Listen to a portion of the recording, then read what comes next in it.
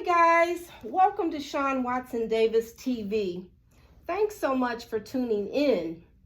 If you would, please hit the subscribe button, the like button, put a heart in comments, and share this video right now with at least one other person. Today, we are so excited to have as our guest Reverend Dr. Melvin T Jones and his lovely wife of 48 years as of this coming June, First Lady Minister Sallie L. Teacher Jones. And yes, I said teacher.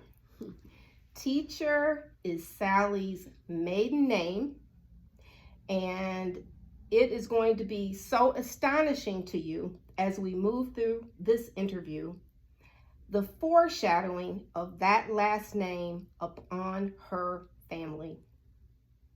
We are here today celebrating their retirement from 37 years of pastoral leadership of the Union Missionary Baptist Church in Lansing, Michigan. Oh my goodness. Yes. Thanks so much for joining us today to share your story of life, love, and ministry. Thank you so much, Shawn. Thank you. You're welcome. Sallie, ladies first, of course. Okay. I'd like to start with you. I want you to tell us where you were born, raised, and what life was like for you growing up as a child. Okay. First of all, thank you so much for having us. We're honored. We are truly, truly honored and humbled. I was born in Margaret, Alabama. Well, I look at him that way because he always says, "Where's a Margaret?" He says nobody knew where Margaret, Alabama was, but I was born in Margaret, Alabama, which is about 30 minutes from Birmingham. Okay. And at 4 years old, my father moved us to Cleveland, Ohio, where he got a job with the steel mill. He did not want his boys especially to grow up having to say yes sir and no sir and look down when a white person would walk past. And Daddy wanted them to understand their value and the importance of the black men he wanted to raise. And not only them, he also he was concerned about his daughters, but he really left us up to Mom. Went to East High School, went to school in Cleveland, Ohio, all the way through, and graduated from East High School. Okay. And then went on to the Ohio State University and majored in music. And then moved back to Cleveland. That's my story as far as growing up. Wonderful. Yeah. How many brothers and sisters did you have? I had 3 brothers, and then I had 1 sister at that time. Later on, my mother and father adopted my baby sister, who really is probably the same age as my own. She is the same age as my daughter. Okay. This was her youngest sister's child. Got And it. both the mother and father passed, and so she raised our little Nicole. I am Aunt Sallie to Nicole, and then she introduces me as her sister. Got it. Makes sense to So me. we're both. Makes sense to me. And tell me, Sallie, what number were you in this group of originally 4 and then Originally became 5. 5, right? Originally 5. Originally 5 with you. And Okay. I'm number 3. And you're number Right in the 3. middle. Okay. The oldest daughter, but number 3. Yes. Okay. Sallie is number 3. And then that oldest daughter piece is important because not only does birth order and gender impact our experience in terms of personality development, but also, even though you weren't the first child, to be the oldest daughter still has its own implications with respect to personality development. And so I always like to ask that question because it does impact who we become. Right. And it truly did for me. My parents expected us to honor our oldest brother. whenever they weren't around. It didn't matter. And we knew you answered to him like you answered to them, almost. And as far as myself being the oldest daughter, their expectations were, you will be able to stand in for your mother whenever needed, whatever it was that was needed. And for the most part, I did until it came to cooking. Got it. That's where I drew the line. Okay. My mom and I fought about cooking. You never took interest in cooking? I didn't have any interest in cooking. My sister loves it. Okay. And so I think I learned at an early age, honor where God has gifted you. And he had truly gifted her when it came to baking and cooking. And so we would often, when it was supposed to be time for us to fix dinner, I left it up to her and I fixed the table. Great point. Great point. I love that. That's very clear that you were aware of these gifts. Kind of like the hand. You know, we've got the pointer finger, the baby finger, the thumb. Together, they do great things. Right. Outstanding. All right, beautiful. All right, Reverend Jones. Yes. Tell us about your background, where you were born, where you were raised, what your experience was during your childhood growing up. Tell us all about it. Well, first of all, I come from a long lineage of ministers and pastors. Pastors in my family go back 5 generations. My lineage in pastoral ministry comes from a Methodist perspective because all of the pastors in my family were Methodists. I'm the only vigilante. Okay. Little rebel in you, huh? Well, one of the reasons was that I did not like how pastors were placed. I thought that they should be called by the church rather than by the bishop. And so that was one thing. The other thing is that my family, my childhood family, was quite diverse. My mother was always a good Baptist, even though my father was Methodist. Okay. My grandmother was Pentecostal. Oh, you were just in all kind of good stew soup, huh? And they sent me to a Catholic school. Oh, wow. Exactly. Get out of here. What were they trying to accomplish with that? Where, trying to get that rebel out of you. Where, in fact, I became an altar boy. I had my first stint with learning Latin, Confidio Deo Omnipotente, Beata Maria Semper Virgin. But it was a good foundation for me intellectually. I had considered becoming a priest, but celibacy didn't agree. Oh, I thought it was because he met me. Well, And there were some other doctrinal issues as well that I found somewhat distasteful and did not think that some of the views were actually biblically sound. So there was that argument as well, because on one hand, the intermediaries that the church had, that you pray to Mary, or you pray to a certain saint. I wanted to get right to Jesus. I didn't want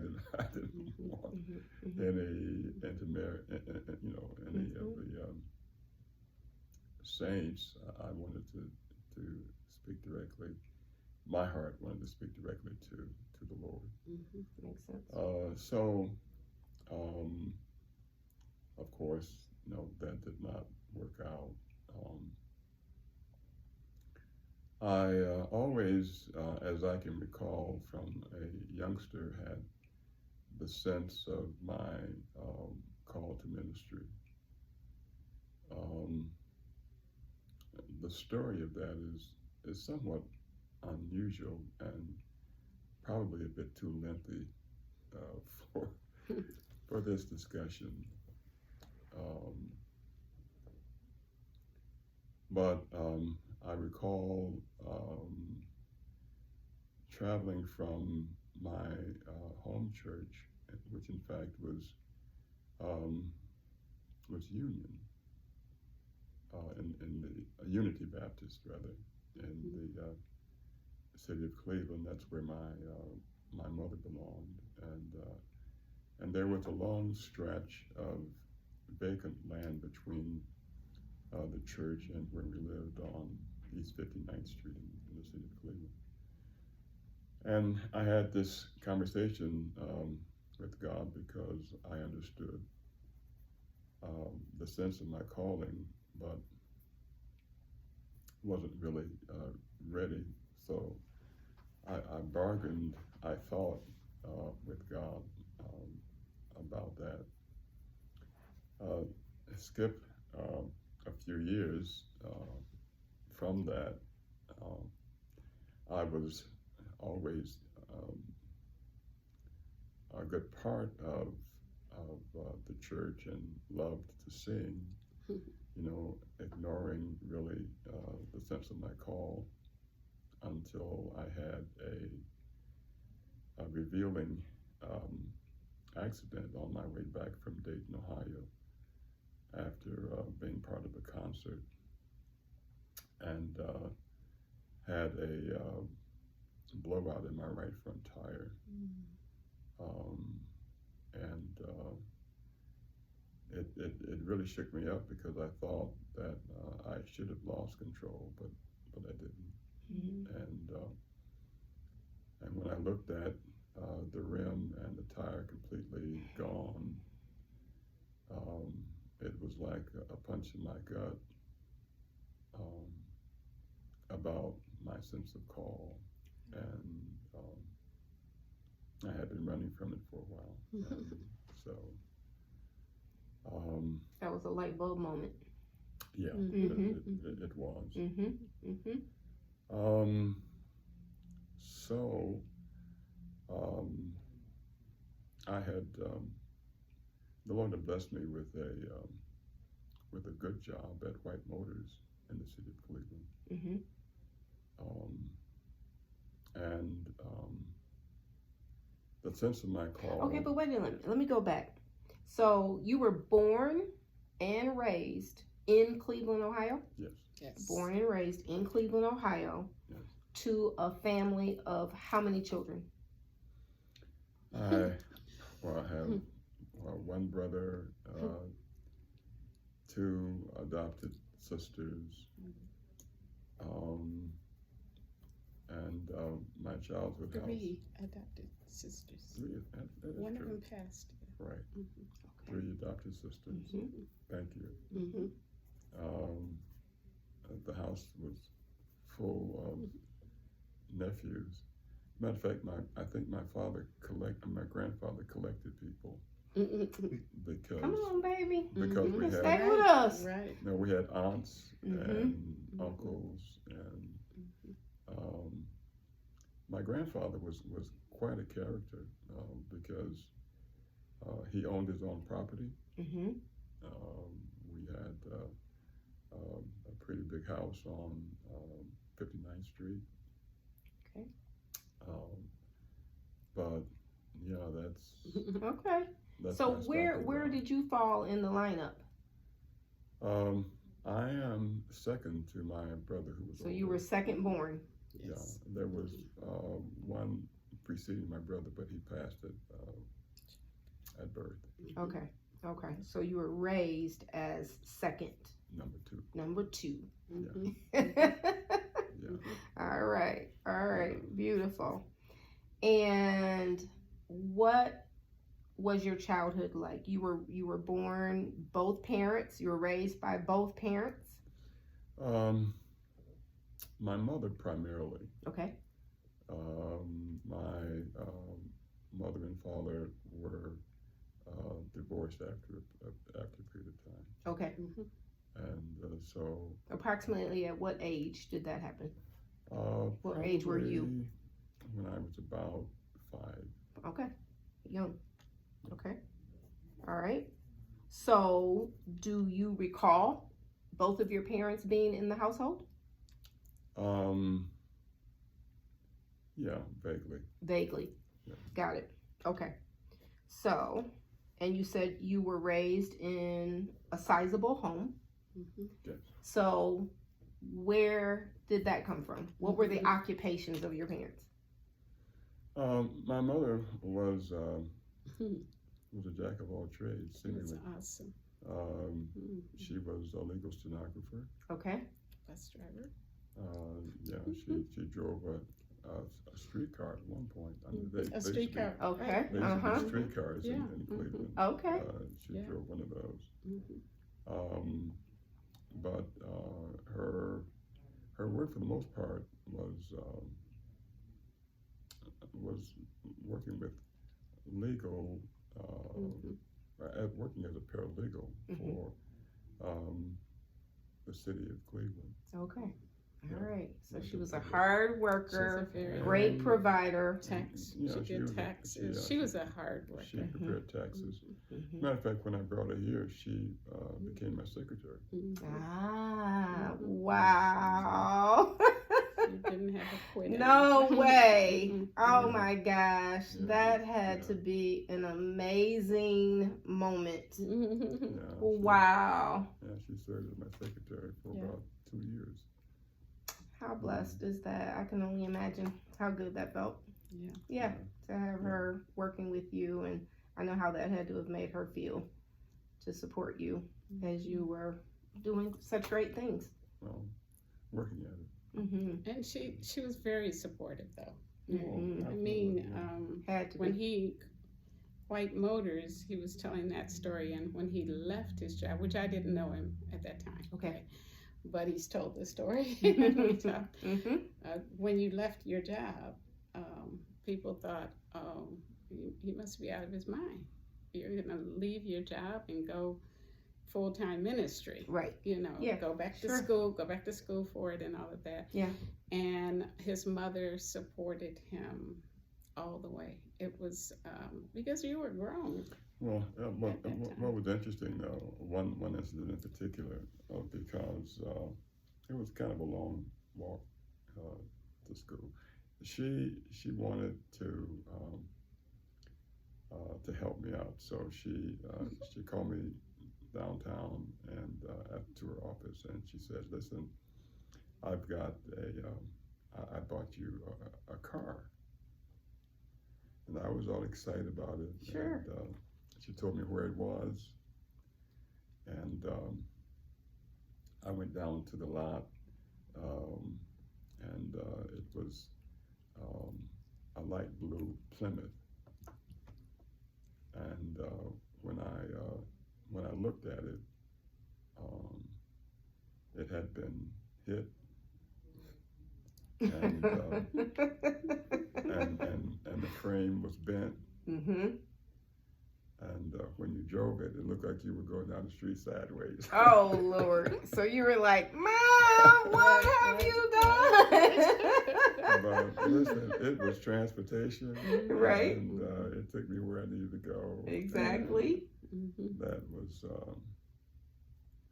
very helpful. Absolutely. Transportation is very So, helpful. yeah, she was a help. She was. Mhm. But she is right. When I sensed my call at that time, people basically said I was crazy to leave a full-time job with basically nothing at hand. Mm-hmm. But for me, it was a test positive for my call. Mm-hmm. And basically my sense was that, if you call me to do this, then you need to make a way for me to achieve it. Mm-hmm. It was highly criticized, but here I am almost 50 years later. Thank God. Mm-hmm. Thank God.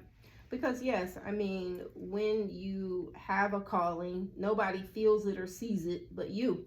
Right. And so from that standpoint, it can be a very lonely thing, Mm-hmm. a very isolating thing. And all human beings for the most part like security. Mm-hmm. And so when people see people moving out of the position of what they consider to be secure, it's scary for them. Yes. As well, because they're enjoying seeing you do well. And but we understand that leaders lead. Mm-hmm. And we understand that we do have these callings inside of us Mm-hmm. that beckon us and move us from right to left, back and forward. And as we grow into our maturity, that is part of our maturity, and our responsibility in that maturation is to listen, and to have confidence that our purpose is within us. Mm-hmm. Absolutely. It is within us, and it causes great joy and sometimes great sorrows. Mm-hmm. And it tends to all go together, right? Right. In these Exactly. packages. Yeah. So hats off to you Mm-hmm. for following your calling. It means a lot. And by hearing you say that that's what you did, it encourages other people to have confidence to follow Right. what God has put inside of them, and his purpose for using their lives. We're used to do different things. Right. So we thank you for that. Okay.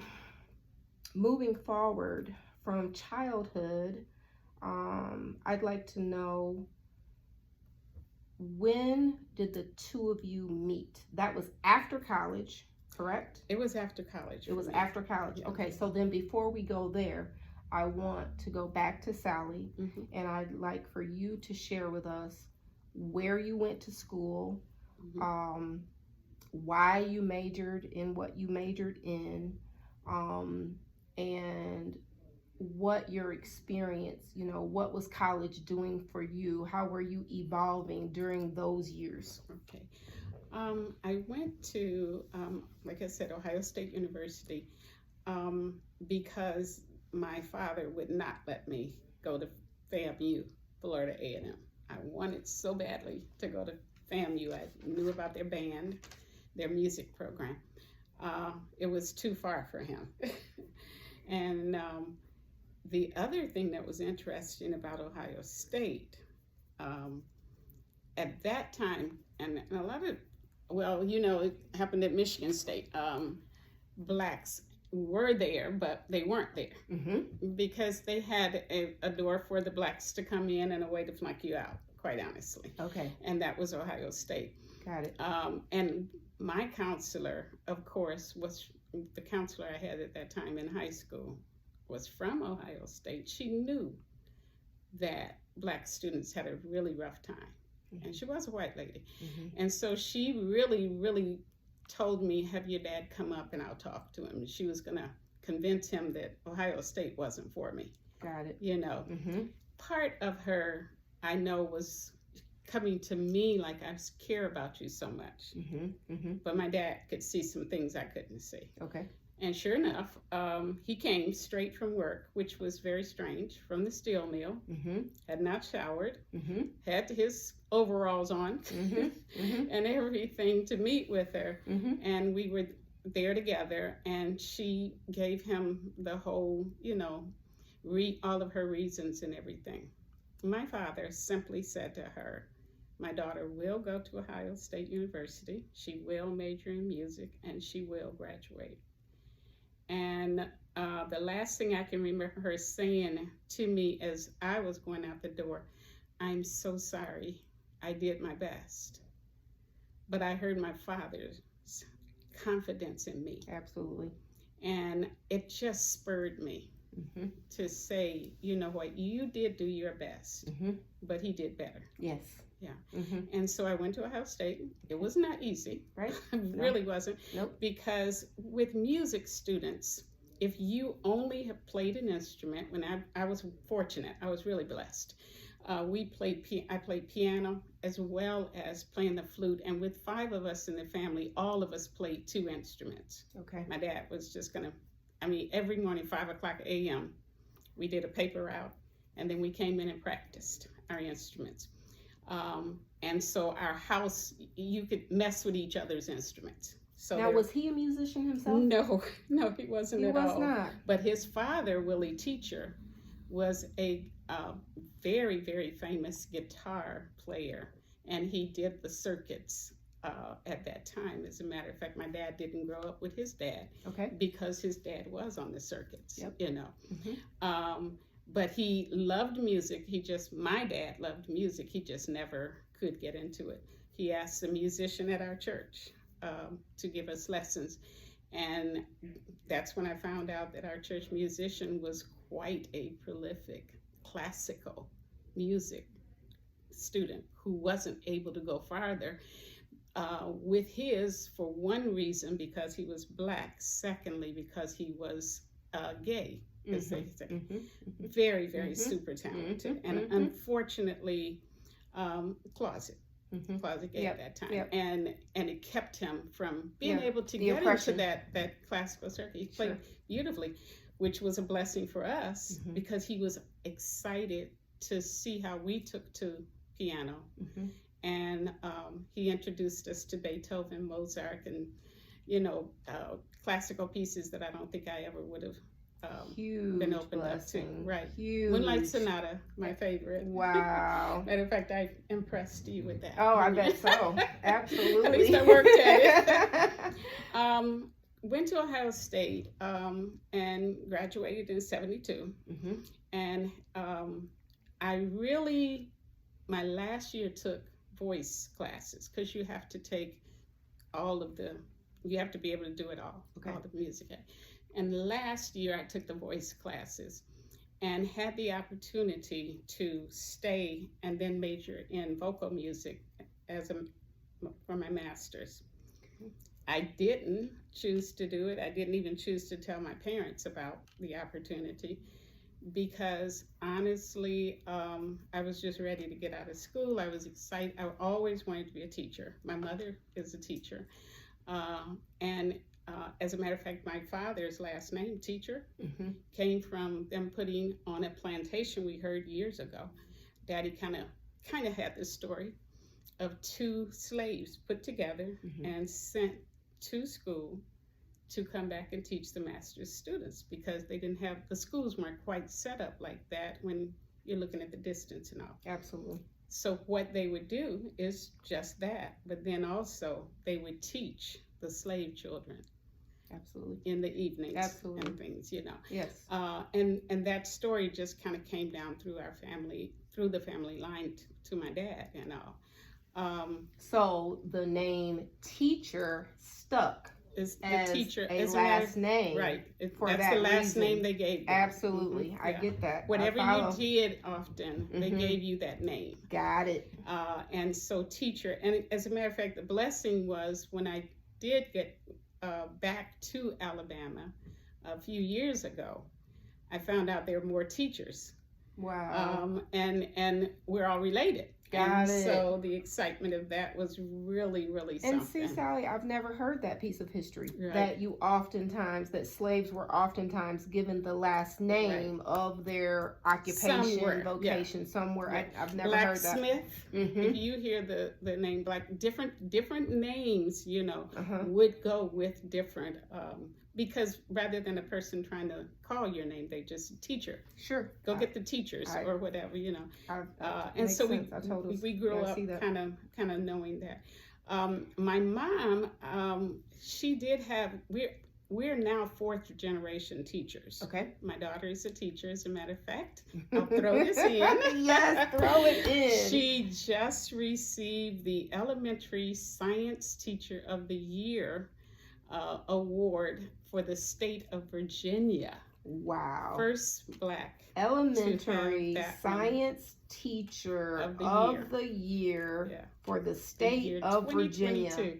And now her name goes into the presidential nomination, which might be a year away, but we already know, as far as we're concerned, she's a winner. There you go. Absolutely. Yeah, she's a definite winner. Absolutely. But that's kind of how we got there. And when I graduated in 72, I really loved singing. So one of the other reasons I didn't stay is I loved band more. I loved instrumental music so much more. Okay. And the idea of teaching students what I loved was just more than trying to become an artist myself singing. And so that's why. And it paired both of your loves together. Right. It really did. It really did. And I know I'm jumping a little, but I could not understand why in the world the good Lord would have me with a Baptist preacher when we did. I'm like, I'm not that gospel, singer. I'm this operatic singer. Gotcha. But it's what he grew up loving also. And so in a way it was it still was a connector. Yes. It still was a connector. So yeah, absolutely. Which brings us up to when we met each other, huh? One of the things that, before I bring up to where we met each other, we are a blended family. Okay. I knew when I married my husband that I had 3 children, that he had 3 children already. Okay. And I had talked to my dad. Again, my dad was my everything, my mentor, my soul, everything. I loved my mom, but my dad always listened. And my dad told me, you're going to have problems because one of the things you always have to remember, his children are already there. If you can't accept them, then your marriage is not going to work. Not because of him, but because you've got to be pleasing to God. And one of the blessings that we have is that all 5 of our children, because I had 2 after I'll give him credit for a little bit of them. But all 5 of them know each other, love each other, hang out with each other, and their children all know each other. And then we have a 6th one who we adopted because my parents always brought like cousins and everything in. His mother adopted. And so sure enough, we adopted. And I'd love for him to tell that story about 4th grade she was in. And because of him reaching out into the community, she became a part of our life. And as a matter of fact, that's where we're headed, unfortunately, to eulogize her husband. But just knowing that she knew, I know my family is going to be there, not just us, but all of her family is going to be there with her and surrounding her and giving her that love is just the richness of the blending. Absolutely. That Black families have done for years. Absolutely. And we're getting away from it some now. Amen. Amen. So I hope I answered your question. You did. You answered my question beautifully. Thank you so much.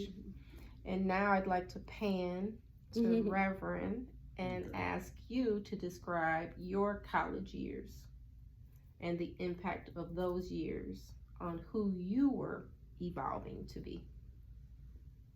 Because we're not together yet. We're not together yet. But very clearly, you can see where God is syncing these qualities before these lives. They're coming to merge. So describe your college years and I have to begin with where, or before my first pastorate. And that was with Jeriel? No. No.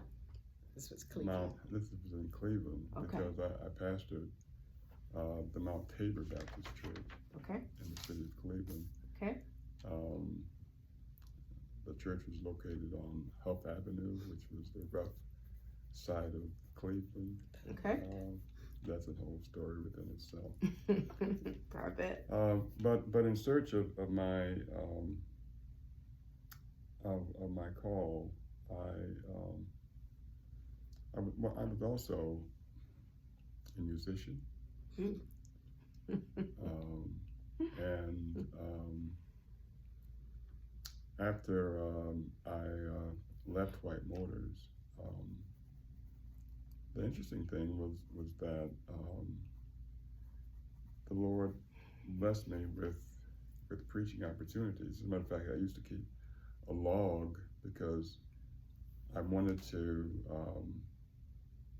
be clear on how the Lord was going to take care of me if, in fact, I was going to do this. Sure. So I kept a log of all of my preaching appointments and so forth and so on. But to make a long story short, I became the musician for Charity Baptist Church in the city of Cleveland. And what instrument? The piano. The piano. Yeah. Okay. And I made my confession there at Charity Baptist Church, and the pastor was quite a learned person, and he accepted the sense of my call and nurtured me.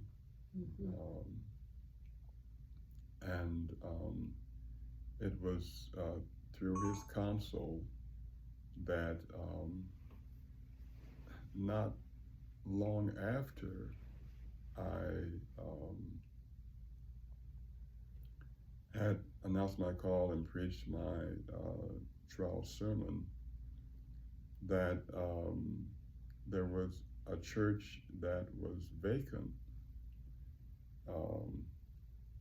that was somewhat under his jurisdiction. Okay.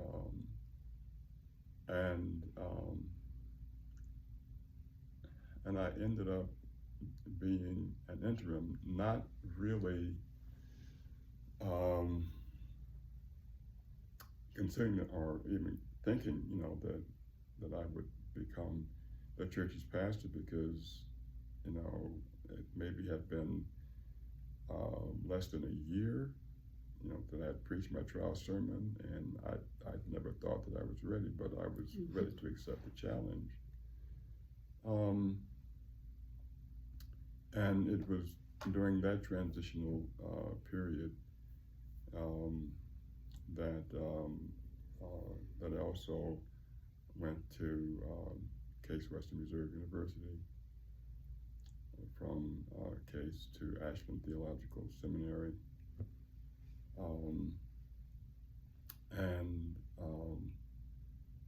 and that was the course of my ministry for about the first 5 years. But interestingly, my godfather, Dr. S.L. Cole, who was a major denominational fixture in the city of Cleveland, got wind of my ministry and asked if I would come to assist him. And I agreed to come and assist him at Morning Star Baptist Church in the city of Cleveland. And he had, after I was there for a few years, he was going to retire, and the stature of that church was certainly a plum for any young pastor that wanted a church,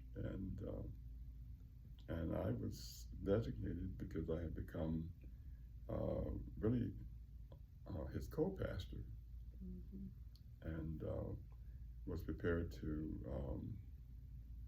take over that ministry. I think it was during that period of time, and I think you know this particular story, that I lived not far from the church, as a matter of fact, almost across the street.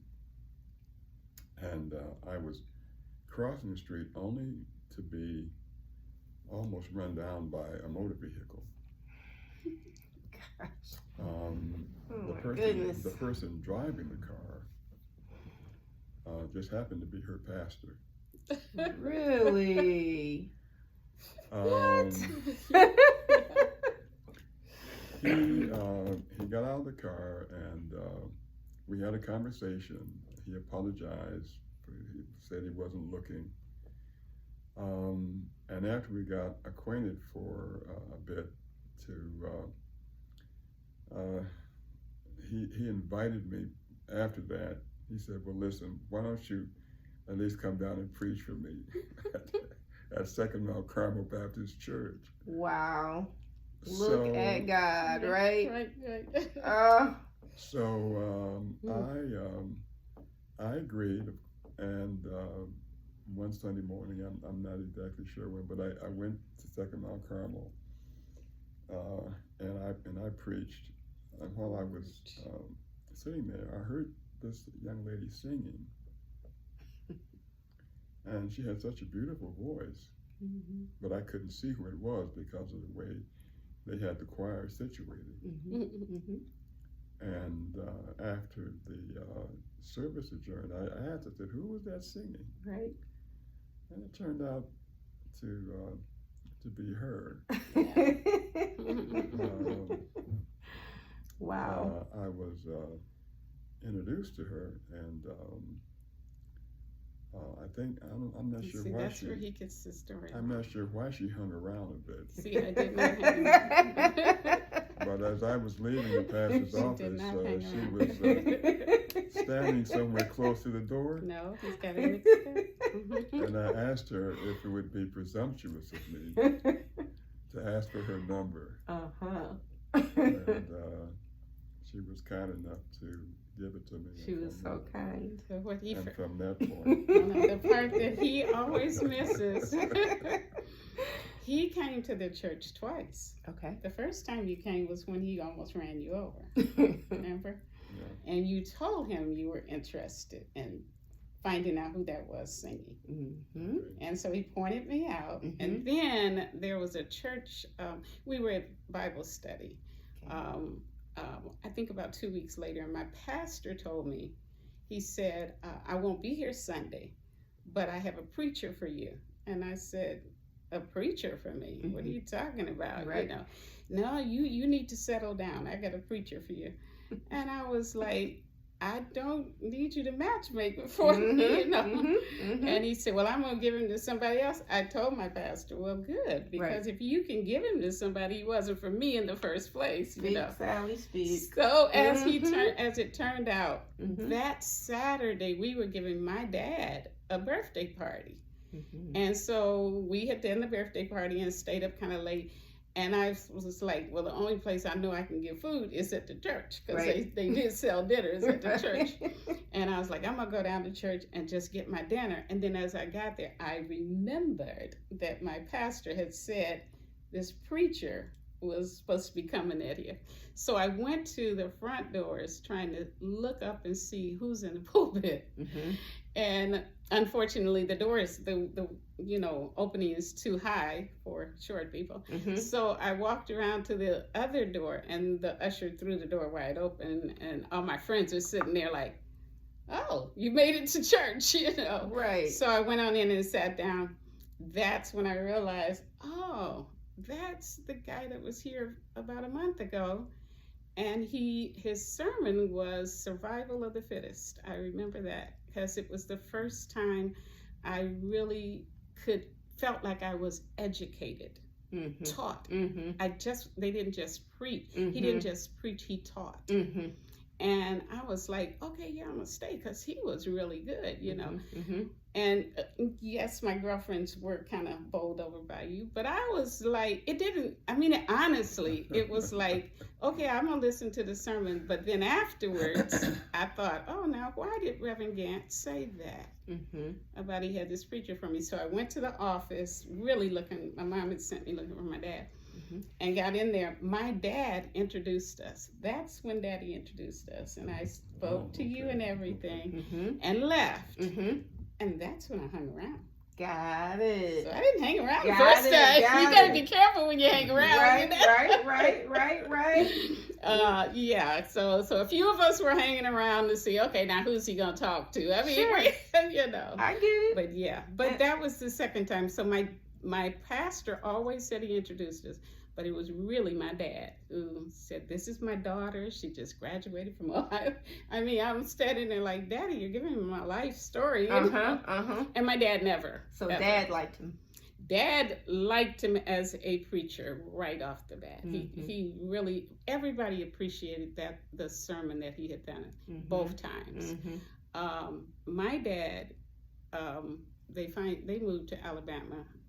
And my dad, one of the things that he was so proudest of was that my husband would come down and preach at a little church in Roba, Alabama, and pack the church. Because people kept wondering, how in the world did you get this man that's so knowledgeable on teaching the word? He did a series you did a series on salvation, a whole week, ran us all through the Bible, just talking about the gift of salvation that God had really given us. And my father, every year, would have him come back. He truly had a real high respect for my husband. Sure. Yeah. My husband is the one that introduced all of us to tithing, our whole family. Okay. He definitely did. Yeah. And I can see the whole, how all of this is coming together, in terms of your father having his goals and objectives for you with respect to your education. And then we've got this knowledgeable, well-educated young man who's a pastor. You both have music in common. If I'm your parent, I can see the possibilities, either of your parents on either side. I could see how this had potential. Right. And so it totally makes sense. Yeah. The one thing that we did run into is I don't think you wanted to join me in Cincinnati, though. Cincinnati, I didn't mind. It was here. I did not want to come to Lansing. Okay. That's fair. I didn't think you wanted to come to Cincinnati either. I didn't mind Cincinnati. But one thing I do for any young people and parents that might be listening, one of the things, my dad, like I said, loved him right off. My mom didn't. Okay. Because my mom was real good at listening to other people. Okay. And especially church people. Okay. And there was a lady there that said she knew him very well. I knew about his marriage before I know about his kids. And so my mom, listening to this, I just think we need to, as parents, listen to the hearts of our children and realize who we raised, what we've invested in them. We were engaged 1 year and 3 months. My mom was saying she wasn't coming to the wedding. Okay. At all. Okay. Couldn't have it in my church or anything.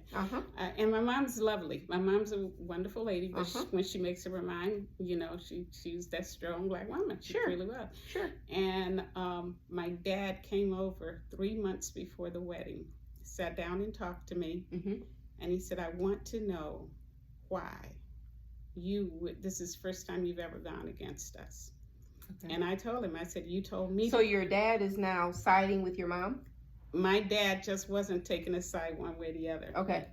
My mom was telling my dad what he was going to do and telling me what he was going to do. Okay. And just So- thinking all of us are going to go along with it. With her. Right. Okay. And my dad never said, which it did bother me, Mm-hmm. that a whole year would go by Mhm. before he would do the man thing, I thought, Mhm. you know. But my dad, But he's got to live with mom. my dad So is that was also, his he was position, very you much think? like him. He doesn't say things sometimes. Okay. He'll tell me, he finally would told me, I have to process. Okay. Mm-hmm. Okay. And then Mhm. our son is the same way. Our Okay. youngest son is the A same way. thinker. And he'll say it in a minute, Mom, I'm processing this, you know. Mm-hmm. And I didn't know that about my dad at that time. Okay. And I think he helped me to come to realize that, because even though there was a rift in our family, one thing he kept saying all the time, I will not marry you until your parents are on board, Okay. because you don't know the importance of what you're going to need once you get married. I've been there, Okay. you know. Okay. And so Dad came over 3 months before. Mm-hmm. So And- hold up. Mhm. So Pastor, you had been married once before? Mhm. Okay, you had been married once The before. three- So my 3 kids. he has that wisdom of what the support system Right. that a marriage is going to Mhm. need. Okay, Mhm. I'm with it. Mhm. And then from your perspective, you've never been married before. Never been married. Yeah. Your mother is not at this point willing to give her blessing. Right. Mhm. Your father is trying to My dad was trying to just kind of weight the situation. trying to I understand think he really where felt she's like my coming mom from. would. He knows my mom. Uh-huh. He thought they've been together 62 years before Mhm. she died. He Mhm. died. And I think he just felt like, well, Mary is just, she got to get over this. You Mhm. know, Mhm. she's going to go up to the roof. She's going to hit the roof. But when she comes down, we'll all be okay. Got it. But a whole year he's went trying past. so he's trying to give her Yeah. her time and Mhm. space. Right. And I get I'm it. trying to push her, and he's Mhm. trying to say to me, stop pushing. Stop pushing so. Mm-hmm. Why, But okay, you but we know. understand your position though, because Right. you're in love. You love I it, really was. and you don't Mhm. have the experience. Your Right. parents have been Right. married. He's Your been your married. beloved Right. has been married. Mhm. You don't have that Right. experience. I was mad at him and them. Okay. Okay. Yep. That makes That sense. makes total sense. Yeah, It makes yeah. total sense. Right. Yes. But my dad sat there and he talked to me. He said, why? And I said, you have always told me to pray for a husband. Mm-hmm. And then to really look at who the Lord sends Mhm. and pray over them. Mhm. I said, Melvin and I pray every time we are together. Mm-hmm. Whether we're going to a church where he's preaching, we pray. I said, Dad, I've not prayed this much in my whole life. Mm-hmm. This man prays at the drop of a hat, you know. Mm-hmm. I said, and I have truly prayed about it. And I even have asked God, take away this desire, this feeling for him, this heart for him. Mm-hmm. And he won't move it. My dad stood up and he said, your mother and I will be at the wedding. My mom called that afternoon. Loretta, why are you having your wedding at some other church? And she took over everything. So she called you Loretta. Yes, she called me Okay. by my middle name. Right? Okay. And my mom, the day of our wedding, wasn't it? She cooked breakfast for you and told me I couldn't come in the house. You can't come in the house. Melvin's in here. It was like she just did a total turnaround. You know what this speaks of to me? Rites of passage. That's good. I had not thought of that, Shawn. Yep, that's what this speaks to. I had to finally come into my own for my mother. Mm-hmm, mm-hmm, Yeah. mm-hmm. Absolutely. Yeah. Absolutely. Beautiful. Yeah. Wow. Thank you. Absolutely.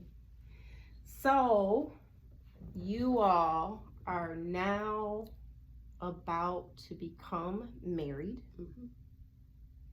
You marry in June. June in Cleveland. Cleveland. Mhm. Cleveland. Okay. So, you're married now. How long before you become parents?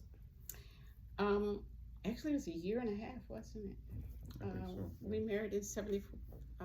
We married in 74. She wasn't born until December of 75.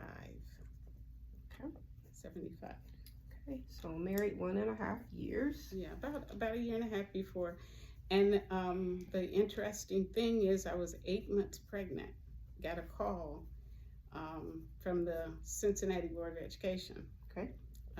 The superintendent of music, and he was offering me a job. I thought it was a joke. I thought it was one of my friends from Cleveland.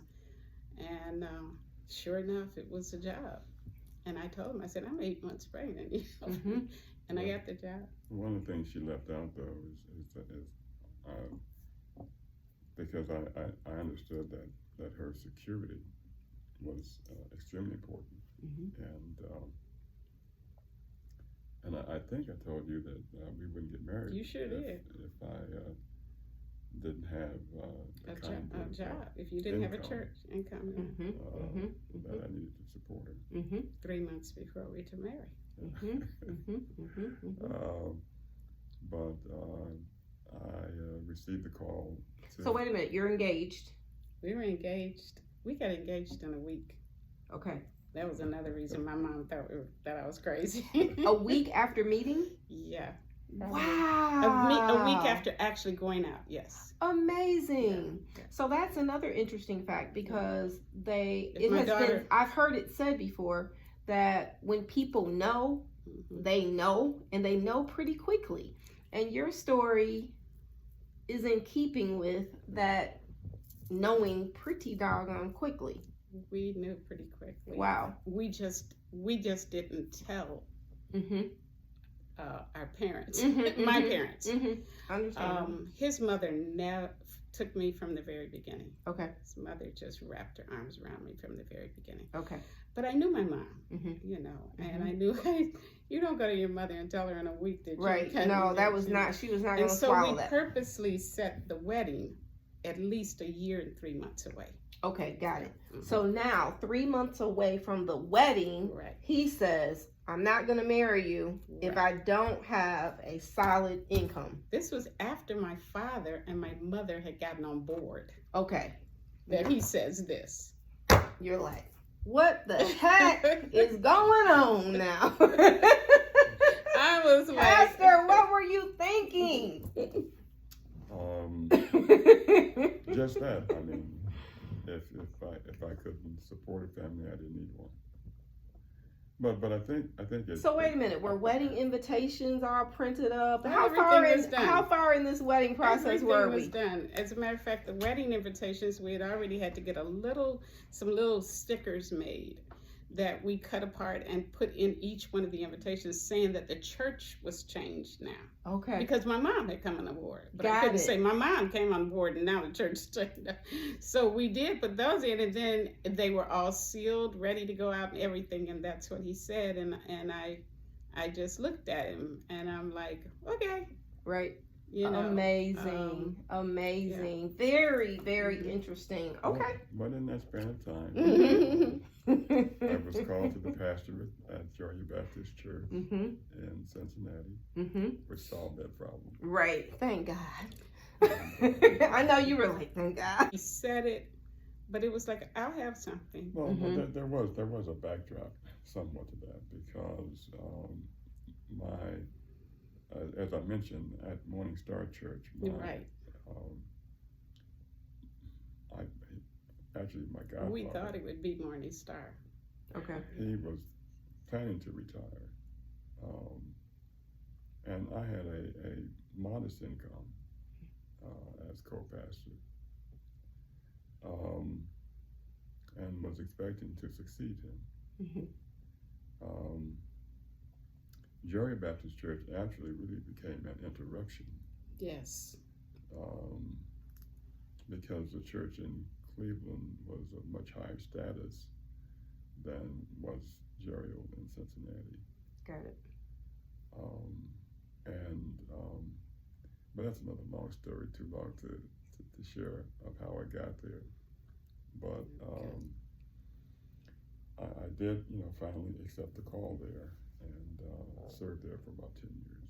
10 and a half. 10 and a half. 10 and a half. 10 and a half. 10 and a Okay. half years. Yes. All right, because you've been in ministry cumulatively approximately 55 years. Yeah. Approximately 55 years. Yeah. Right. Wow. Right.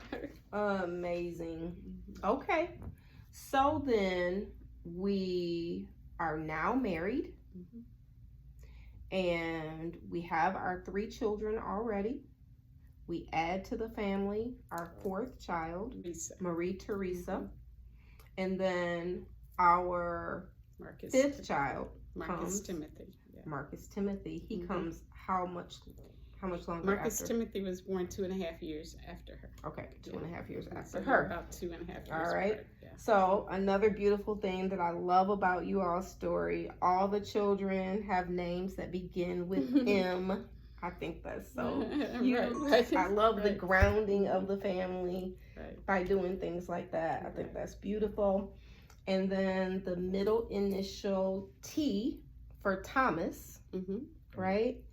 And one daughter, Our oldest daughter, Melva Renee. Yeah, she's Melva after him. Okay. Yeah, Melva Renee. Beautiful. All right, fantastic. All right, so then lots of us are step parents, and it is a unique experience, whether it's adoptive parenting, biological parenting, step parenting. Each type of parenting has its own experience, right? Yes. And so what have you all done in your parenting of children that were not in the home with you that you consider to be good principles, things that are worth sharing for other people to gain insight and knowledge as to how to navigate that process? And it might even have seasons to it. You know, it may start one way, transition to another way, and then transition again to another way. Talk to us about that. Drop some nuggets as to the experience of that and what you've gained from it. Starting with Sallie. Okay, I think we both really agree that because of him being a full-time pastor, the majority of parenting, whether it was me as the step parenting role or the parent role, was really pretty much on me. Okay. And again, I go back to my dad's wisdom. So we first had our third son, Marvin Terry, around, I think he was about 8 years old when he came and lived with us for a brief period.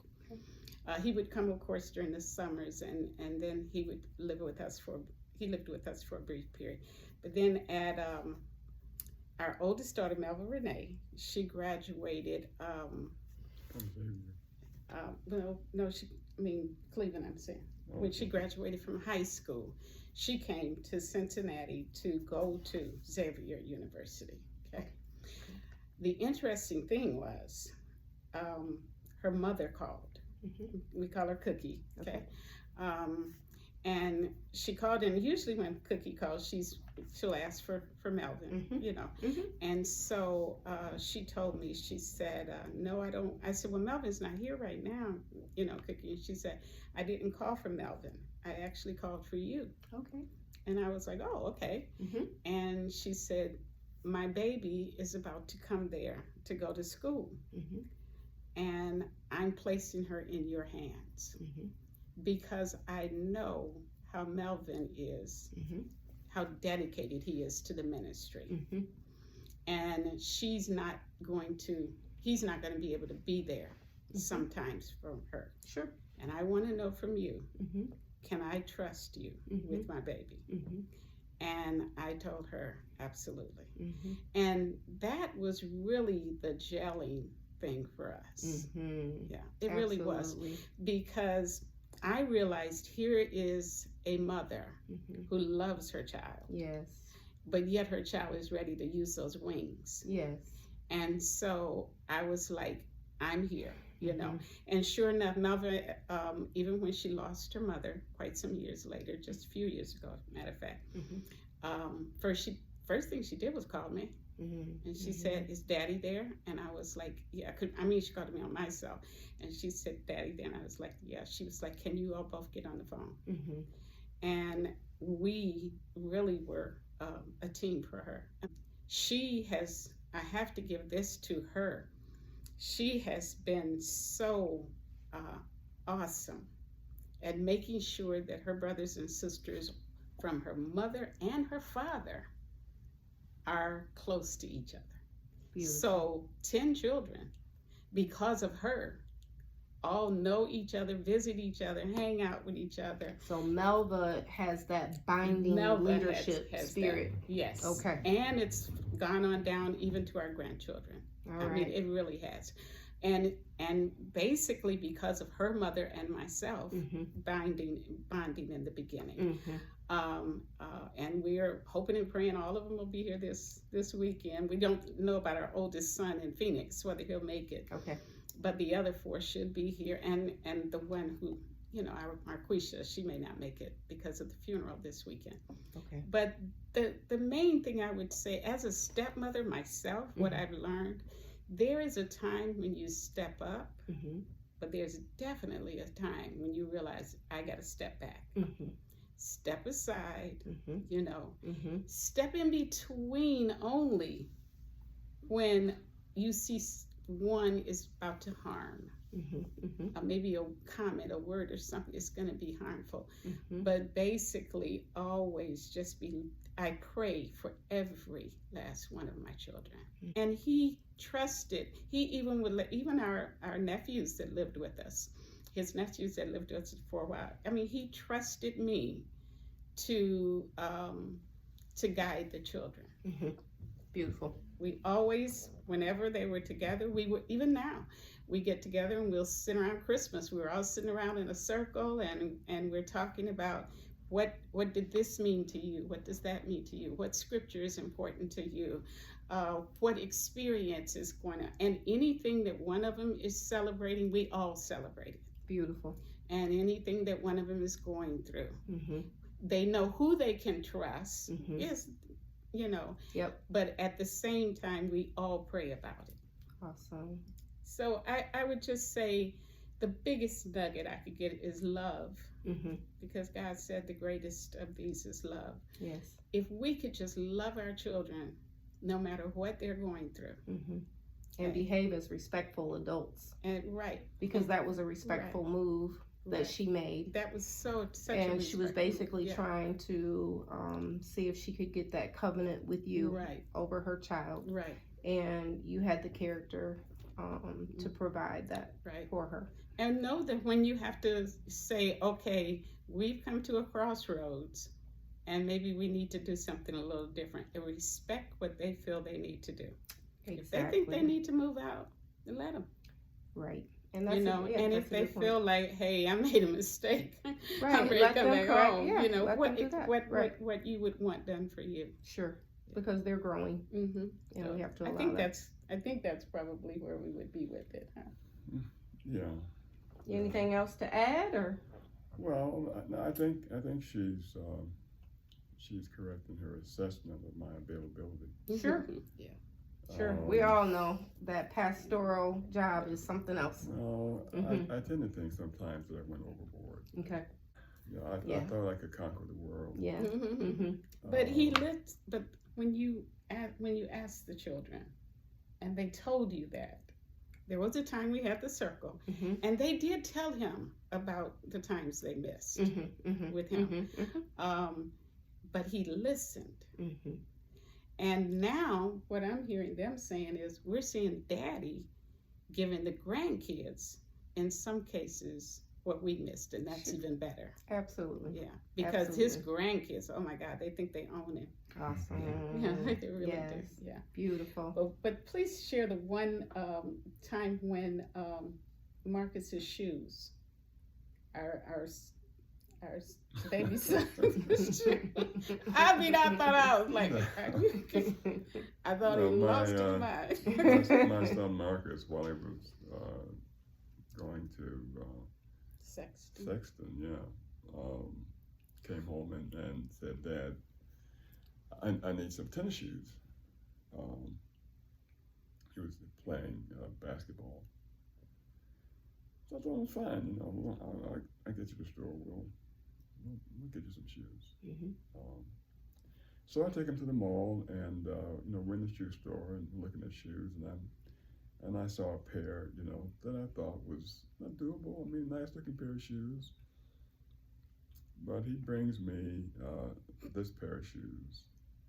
I think they were like Jordan shoes or something. At that time, yeah. Yes. And every parent's nightmare, right? Right. They were very expensive. Yes. And so I said to him, son,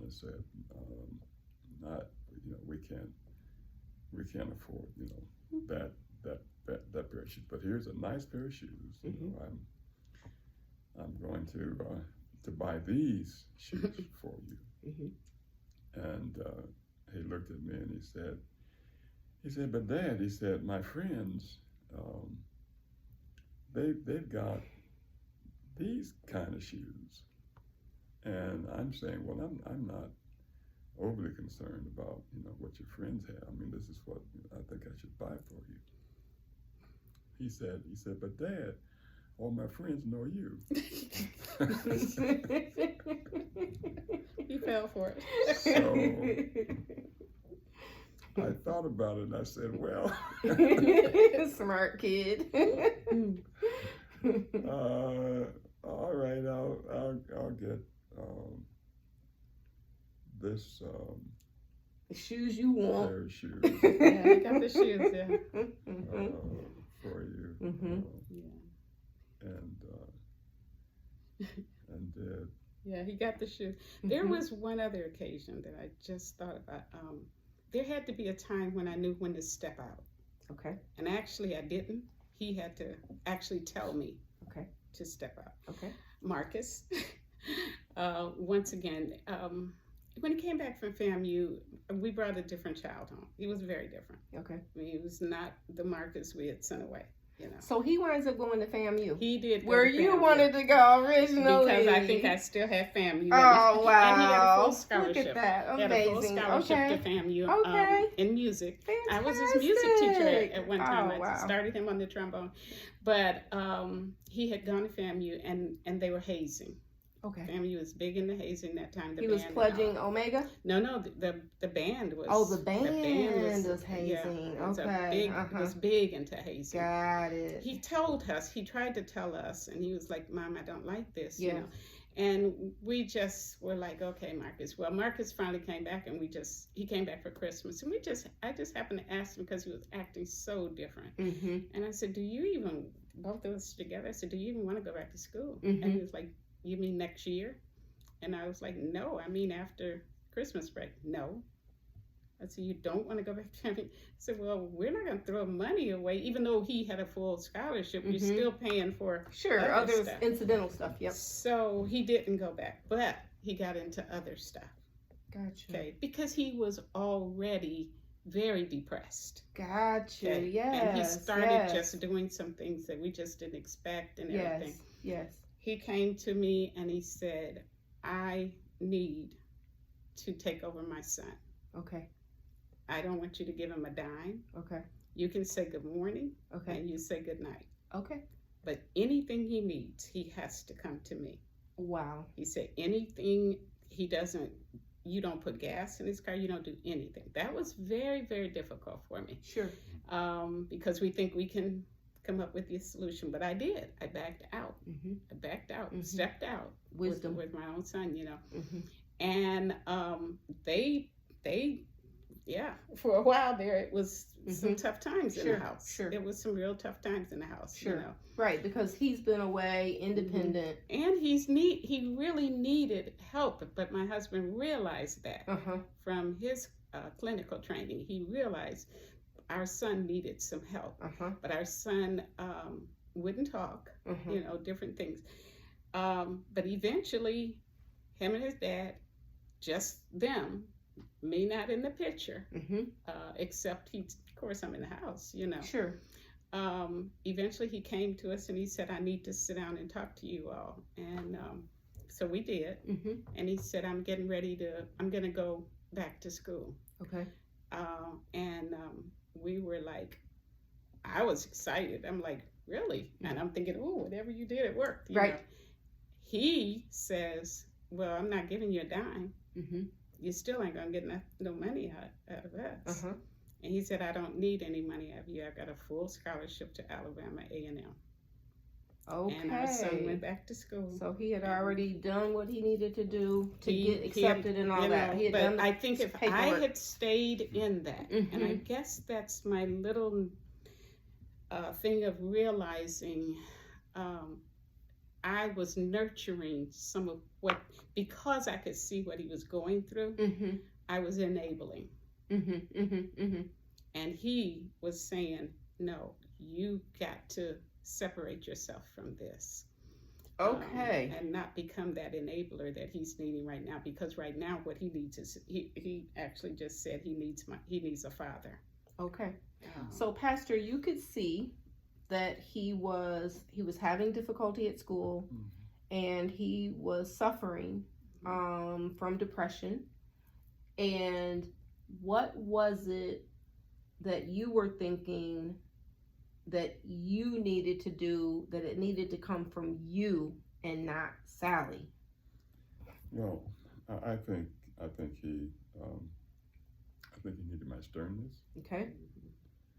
Um, Because why? What were you seeing in him that you felt like you needed to either resuscitate or to develop? What were you seeing? What was your antenna up for here? well, I saw him not really having the kind of motivation Okay. That he had before. Yeah. Okay. that he needed, Okay. and not having the real support that he needed to have also from me. Mm-hmm. Okay. From him. Okay. All right. Okay. And I think ushering that in was extremely important to him, to at least have some mirroring of what really needed to happen in terms of getting to where you really needed to be. At times it was a strong hand in the collar, Mm-hmm. Mm-hmm. and a close face-to-face encounter. Right, because he never hit the kids. Mm-hmm. Mm-hmm. Never hit them. So Well, my reference was I think prior to FAMU, FAMU experience. After that, I think Marcus just basically needed guidance. okay. Yeah. It was after FAMU though. Yeah, remember? It was after FAMU, because then what he did in between that with Marcus was like, I'm gonna show Dad, because they're so much alike. Okay. And so once he started seeing, well, I can't go to Mom for a certain thing, Marcus was like, okay, I'll show him. Next thing we know, he's tried out for MSU's band, and he's number 3 out of 37 trombone players. Okay. And he marched with MSU, and then he went on and did the audition for Alabama A&M. Okay.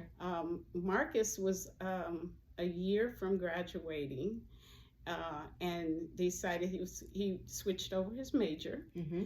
and he went into business. Mm-hmm. And we were amazed when we went to Alabaster. Marcus is the only Black in the corporate section of his company, the youngest and the only Black that they have. Wow. And he is just soaring. As a chief executive. Yeah, chief executive, yeah. Done his MBA and Yeah, got his MBA, got his project management. I mean, it's like all of a sudden, Marcus came back to himself, but it really took his father's input. that we may have been in dispute about his returning. Okay. As I recall. Okay. But once he did come back, He was a different person. I think over the course of time, Mm-hmm. we were able just through counseling. Mm-hmm. Right, he counseled. That was it. To, You started sitting with him. Yeah. To get him headed in the right direction. It reminds me of a time when he was much younger. because I thought it was so unusual. He came to me and he said, Dad, said, yes, how can I become good? He used to say that all the time. He did. You become good by doing good things. He said, but how do you do that? I mean, he had these strange kinds of he was very serious questions about that. about, well, I mean, it's a deep question because you know all of us error. To do that. Absolutely, absolutely. But interesting guy. Yeah. Very. And How I mean, do the I become interesting good? thing I love about it. him now is he counsels other people so well. Mm-hmm. I mean, it's like what he was asking us all those years ago. How do I become good? He would, even through, you know, high school and all, he was always there helping his friends and telling them, you know, well, you shouldn't be doing this. You shouldn't be doing that. Mm-hmm. But when he came back from FAMU, I think he was disappointed in us because we really didn't believe hazing was going on still. Okay. Until we read it in the papers, till we heard it on the news. Okay. And someone had got put in the hospital. Got it. You know. Mm-hmm. Well, by then he's rebelling. That's when he stepped in. Got it. Marcus got to a real rebellion stage. Okay. Where he always just like the little jokester, do the little stuff, you know, and all of that. But then it was serious. So that's, I think, where we were at. And the way I was handling it wasn't working. And I knew that. Yeah, I definitely knew that. And so it's that wisdom of sometimes a young man needs a father or a father figure who knows what young men are going to go through or have gone through. I think that's where his dad was. For sure. You know. And I just wanted to harvest as much as I could out of the scenario because, again, part of this interview is about teaching. Right. It's about learning from one another. And each child is so different. Which gives us a totally different parenting experience. And these stories are important. Yeah. But Very Marcus, important. when we got ready to do the move and went down in August and finally settled on Alabama, Marcus was just like, we were amazed. He has walked us through everything, every step of the way, sat in every meeting we've had, takes out his note thing, and we're sitting there like, we talk about him.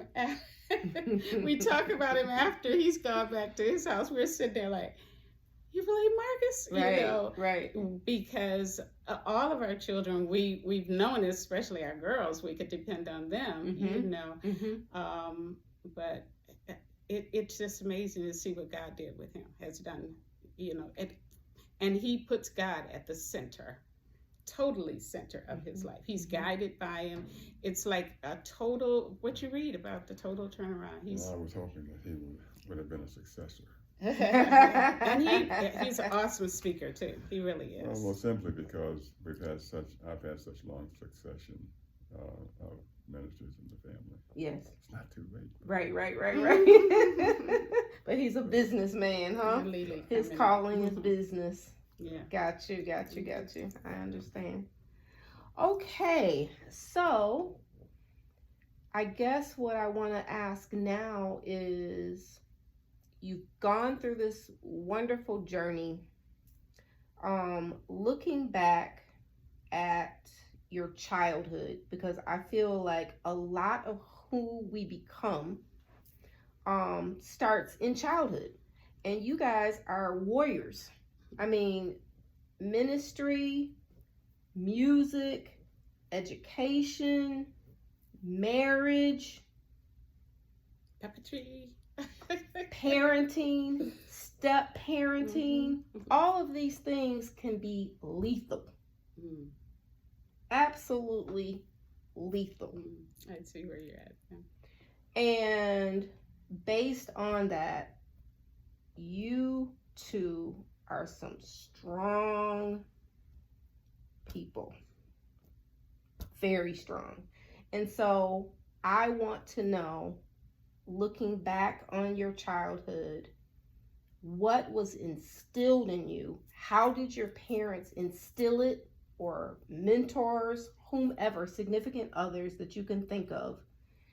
that gave you the tools, the traits, the qualities that equipped you to do what you have done? I tend to think that, as I mentioned at the outset, my granddad, with such a broad and blended family, I think because of his success personally, he was able to bring into one household, I mean, even how some people who might even drop by, who became part of the family. Mm-hmm. What was his profession? He was not an educated person. Okay. As a matter of fact, he worked, as I recall, for the city of Cleveland, and he collected rubbish. Okay. And I recall that he had this truck, and he was quite amazing in the fact that he, tore down all of this rubbish, and sold it. Mm-hmm. He would go through neighborhoods and pick up discarded refrigerators and stoves and that kind of thing, Mm-hmm. and he would market them. Mm-hmm. And working for the city and doing that on the side, he had a pretty good income. Got it. Mm-hmm. And was able to do some things that a lot of African American men weren't able to do, Mm-hmm. particularly at that time. Mm-hmm. And owned his own home. Matter of fact, owned more than one home at one point. Wow. So what you got from him was the strong work ethic, that role modeling of the strong work ethic, which when you think about all goals, they typically have that in common. You guys are hard workers, a work ethic. Okay? Yeah. And then, of course, my mother was just a brilliant woman. I mean, in what she did and what she, I recall accompanying her. She would take me into the lawyer's office with her. And, matter of fact, a lot of my early language came just from listening to conversations between her and attorneys. I bet. Yeah. And it was that kind of atmosphere. Yeah. Along with the fact that she was a very committed churchwoman. The Reverend Ross was my childhood pastor, as well as an anchor for our family, and was also really related to us. And it was a lot out of admiration for him, his input into my early childhood life, that I think really made a difference in where I would go in life. Got it. Sallie, what about for you? For me, it was my parents and then church members that was in their circle. My parents, even though we grew up in Cleveland and he had 5 children, he did not believe in kids just running around outside once you can finish your homework. So like I said, we got up at 5 o'clock in the morning. We had paper routes. Then we would practice our instruments. When we came back home, we actually, Daddy somehow found this company where we'd all sit around the table and put in collar stays They used to be in men's shirts. Yes, dress I'm familiar. shirts. And we would actually put them in these cards and put these cards together. He also, we would deliver eggs. He found all kind of ways to keep us busy. Quite honestly, keep it very busy. Well, we never realized until graduated from high school, all the money that Daddy was getting from the paper routes and all these extra things, he was putting it in the bank. He would buy bonds, U.S. savings bonds.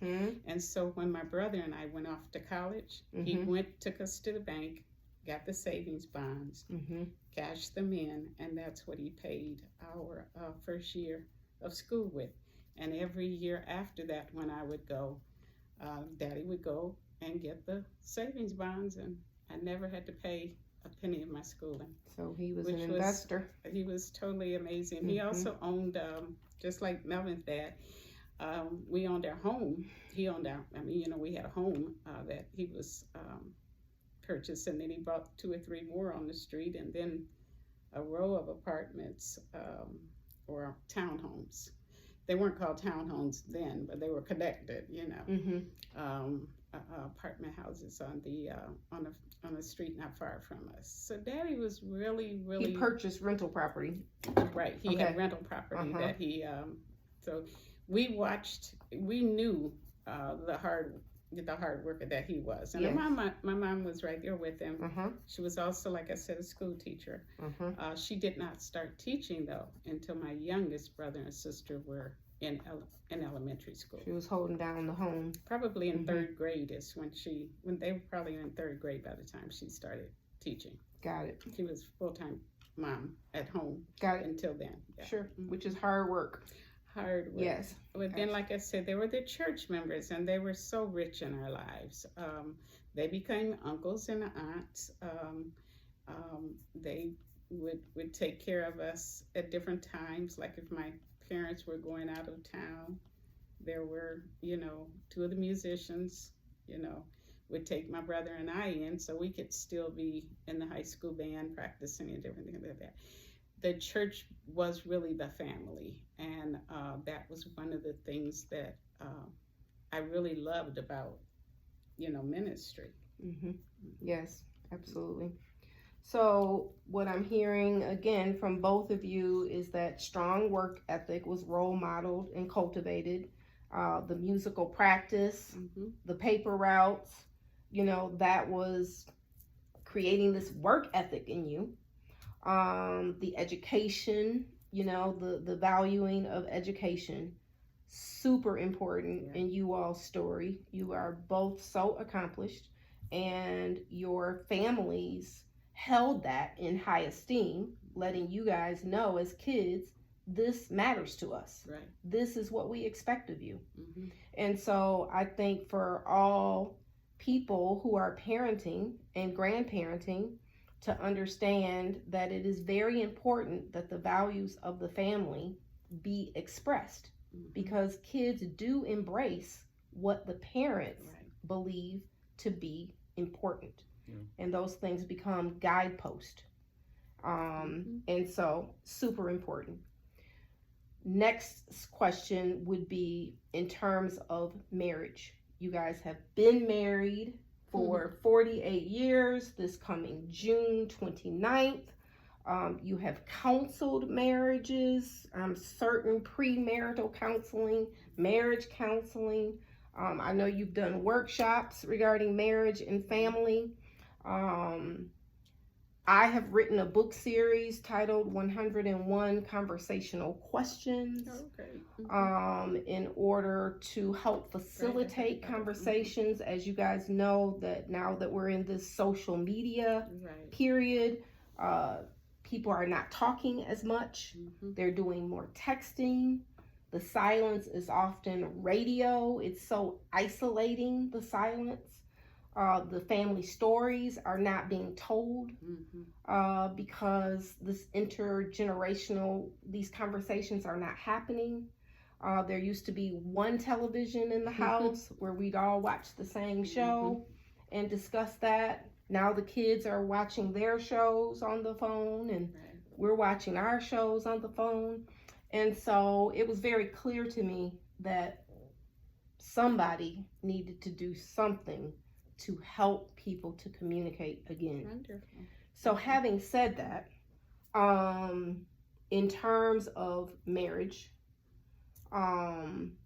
what have you all learned in terms of itemizing what you feel are top most important things to do to hold a marriage together, to hold a family together? I mean, it's a beautiful thing that your grandchildren will be able to come to the home, right? Mm-hmm. So, talk to our viewers about that. Well, first of all, realizing what's most important, and the most important thing for a husband and wife is each other. And when something begins to come between the two, then that's a problem. Aside from God, of course, being the head of the family, which means that both parties have an objective point of view that's not them personally, but one that's ascribed by Scripture, I think creates a balance for a higher interpretation of a problem than what I think or what she thinks. What does the Scripture actually really say about what we're going through, and understanding that.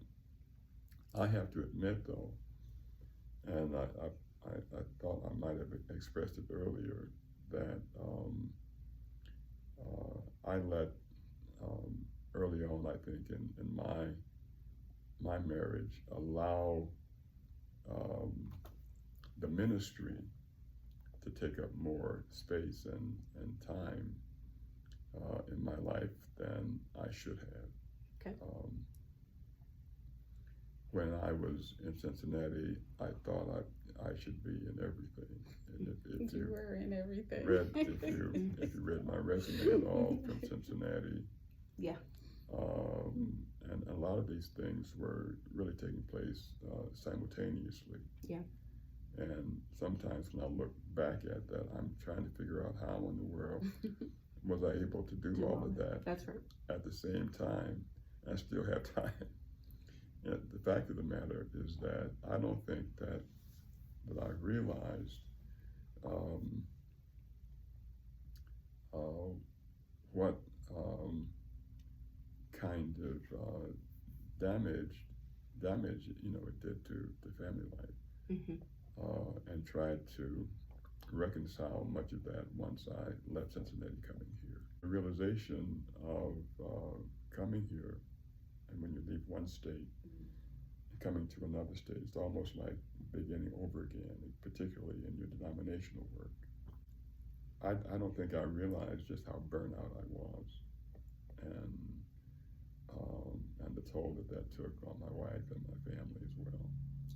Because I mean, this move was not the kind of move for my continuing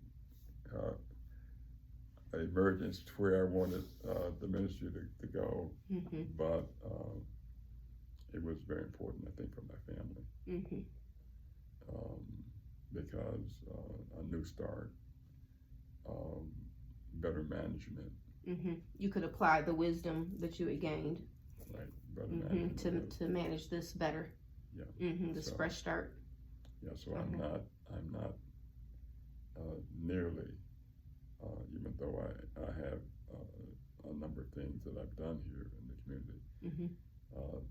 Not anything nearly as voluminous as was the Cincinnati ministry. So. And I mentioned earlier about the seasons of life, and again, the application of the wisdom keeps coming up. That as we grow older, we know more. We're able to, if we're smart, we will apply the lessons that we've learned to do better the next time around. And that's what you're speaking to. Absolutely. Excellent. For you, Sallie? Marriage nuggets. Okay, marriage nuggets. You know what? I am so inspired by Marcus and Marie's marriage. And I told them this within the last couple of years. Marcus got married again in 2020.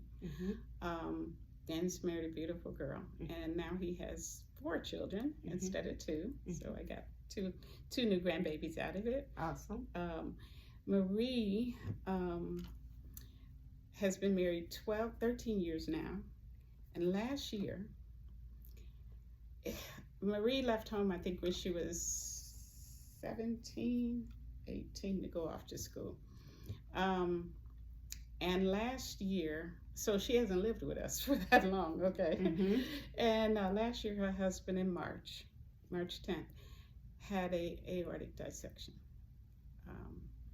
And she called, and I flew right out. We talked, and where do they live? He took me Bowie, Maryland. Okay.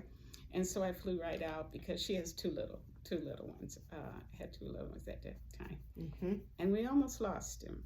Wow. But watched our daughter pray her husband back. She just trusted God that he was going to do what was best for them. She gave him over to God and said, just help me to know how you want me to tell these 2 so their love for you doesn't diminish. Randy, I was there 3 months, at least 3 months, right? Yeah, but I watched her and their relationship, even though he was in the hospital and been in living rehab all of that time, just about. But I watched how they just related to each other. And even once he came home, she refused to allow him she'd let him have a little pity party, and then boom, it's over. Yeah, you're gonna walk. Yeah, you're gonna do this. Yeah, you're gonna go to rehab. And I said that to her one day, and I watched Marcus's marriage, watching them interact and everything too. And I said to Marie one day, I really admire how you 2 relate to each other. And she said to me, she said, Mom, I'm grateful for what I saw from you and Dad, but also from what I saw from Grandma and Granddaddy. 62 years they were together. 48 years we're coming up on. She said, I want to be able to have that. She said, but I want to be able to have it with a now generation. And so she has been, I think with her dad being missing sometimes, she was refusing to allow her husband to be missing. So he went to Sesame Street ice-capades. Stuff he just Randy was like, Mom. He goes to dance recitals. He takes them to rehearsals and stuff. He even has a shirt that said, I'm a girl's dad, and all of that. Yes. But what I'm saying is, if I can live so that they could see that even though a marriage has ups and downs, the joy of going through and getting to this period where we are now is so worth it. Oh, so rewarding. It's so rewarding, and it's so worth it. Our marriage has had some different things than I think most people will go through. You're married. Our marriage has always had a third living organism, and a living. The church is a living being because the church is a people. That's right. The church is not the building, and when the people need, then he has to go. And so it's like this is the season where we laughed about it a couple of months ago, when we were moving things into the new house, and we're saying, oh wow, I don't agree with you putting those pictures there, but you like the pictures there and I don't like the pictures there. So we got to come to a compromise because there's no in between now. Right. This is just between, he and I.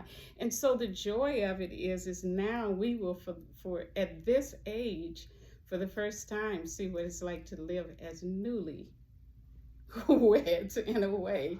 Totally. And yeah, just us. Totally. And I've already said I want it to look like our children's marriages do. Oh, look They at that. are my How example. beautiful. I told him, I said, if we decide we want to get up and just go, we want to go. We're just going to get up and go. Yes. And I've loved ministry. Union has been a rich place to be because I've been able to work with children. Absolutely. But at the same time, in saying that, it's a new beginning, like you said, a new season. Absolutely. And the excitement of it is like, okay, who do we look at now to see what that should look like for us? Absolutely. Because for 47 years, it's been 3 people in a marriage. It's been 3 entities, maybe I should say.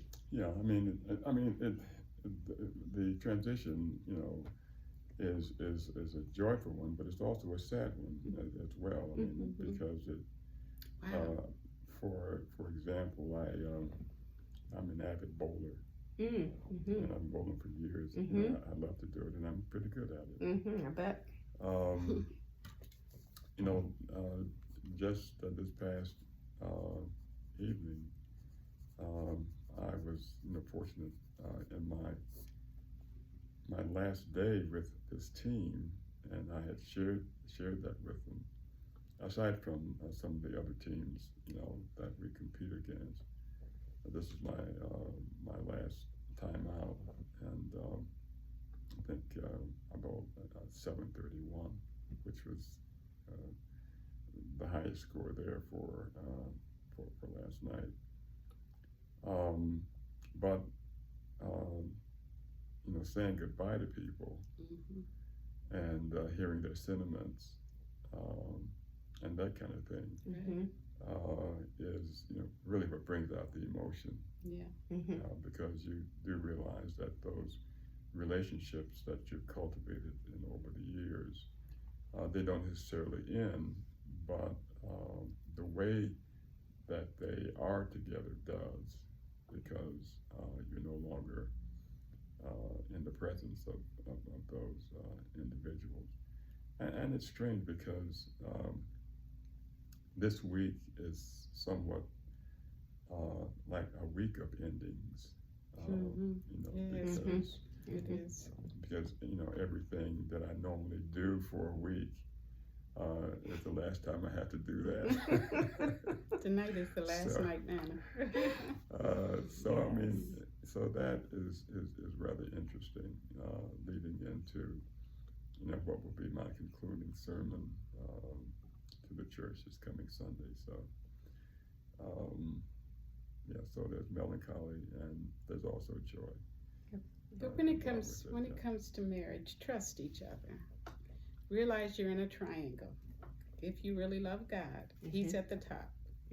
Don't turn that triangle, because when you turn it, you got a problem. Somebody's at the top that's not supposed to be there. And then also realize the most important thing you can give each other is respect and communication. And love, all kinds. Too many times Christians are afraid to even express their physical. I again, learning from my kids, I love seeing it when my son reaches over and just grabs his wife's hand. Affection. And that affection is so important. If anyone is going to feed your spouse's ego, it should be you.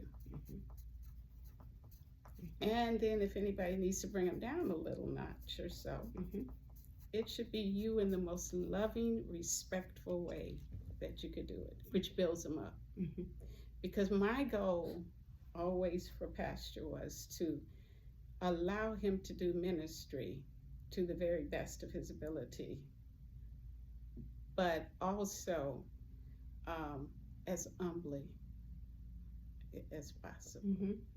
It's not about putting us on a high seat, you know. And union, I think you may know, when we first came, was very much put them right up in the front when they're gonna have anniversaries, and I would tell him it's about God, not, you know, even though it's an anniversary, I need to be comfortable knowing I'm still celebrating God.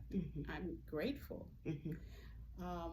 But just being able to show the marriage the way you think, the way you feel like God has would want you to be showing it. So He's in the center. You know, He's the one that's most important, because He's the glue.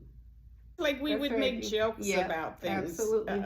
We would make jokes about things sometimes. Humor, right? You know.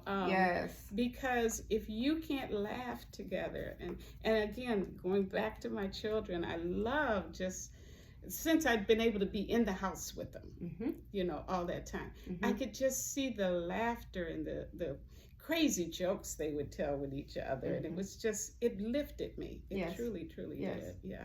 It is beautiful to see the results. Right. The results. Absolutely. Yeah. As you all have. Love is always other person centered. It can't be completely centered on oneself. Absolutely. Two things that I'm realizing that I did not ask, and one is about your father. So your father was left the home at approximately 5 years old. And you didn't say, we didn't talk about him very much. So what was his personality? What has been his impact in your life? My father's name is John. Okay. Actually, it was really during my early ministry, because he was extremely excited about the fact, you know, that his son was a minister. And it really galvanized our relationship. I did any number of things for him, because he pastored in more than one place in the country. I remember, though, one incident, because, you know, as a young preacher, you're learning all the time.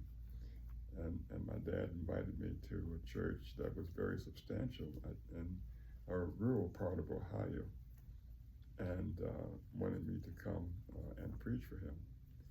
And I remember having been at a revival, and I heard this minister preaching a sermon, and it just sounded so good to me. And I said to myself, you know, I've got to repeat that sermon. And got to my dad's church and found out that I couldn't do it like I heard it.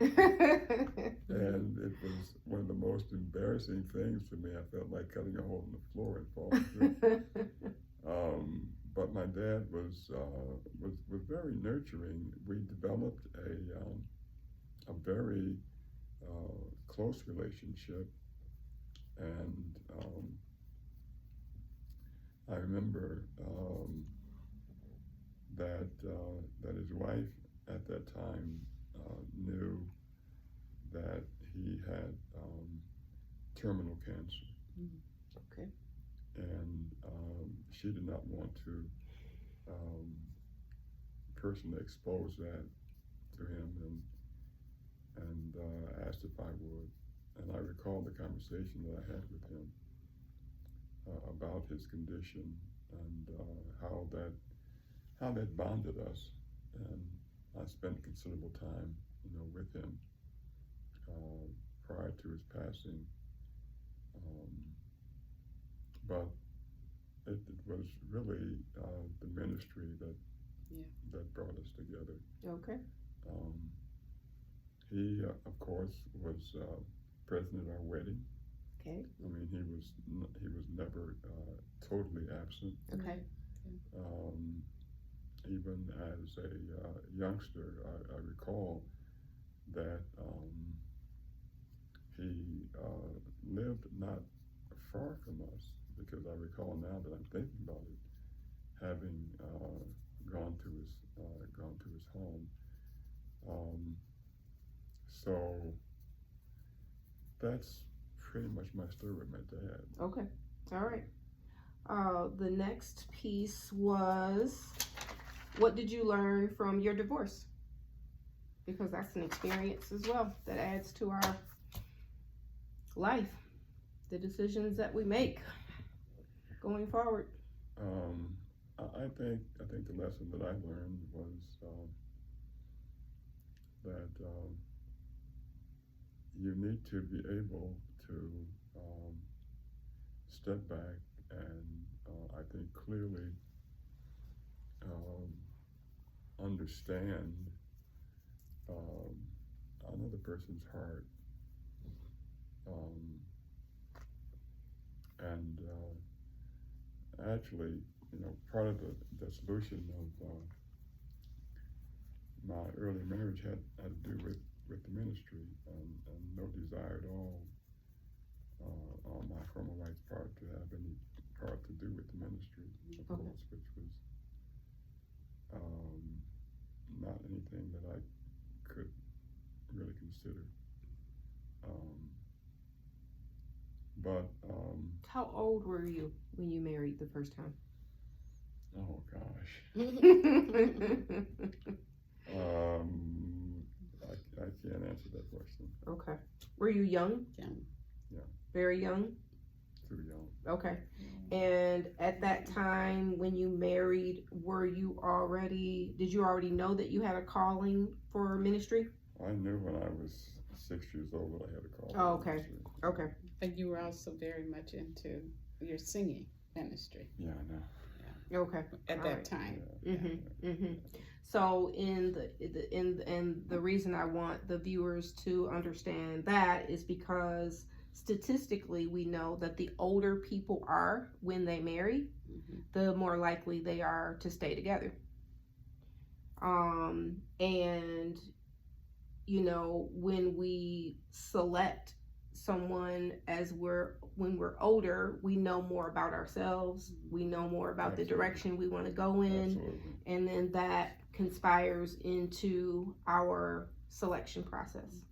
And so that would make sense that you were a young man and thereby at that point did not have the knowledge and the wisdom to make an accurate selection of who would be best suited to you and your mission in life.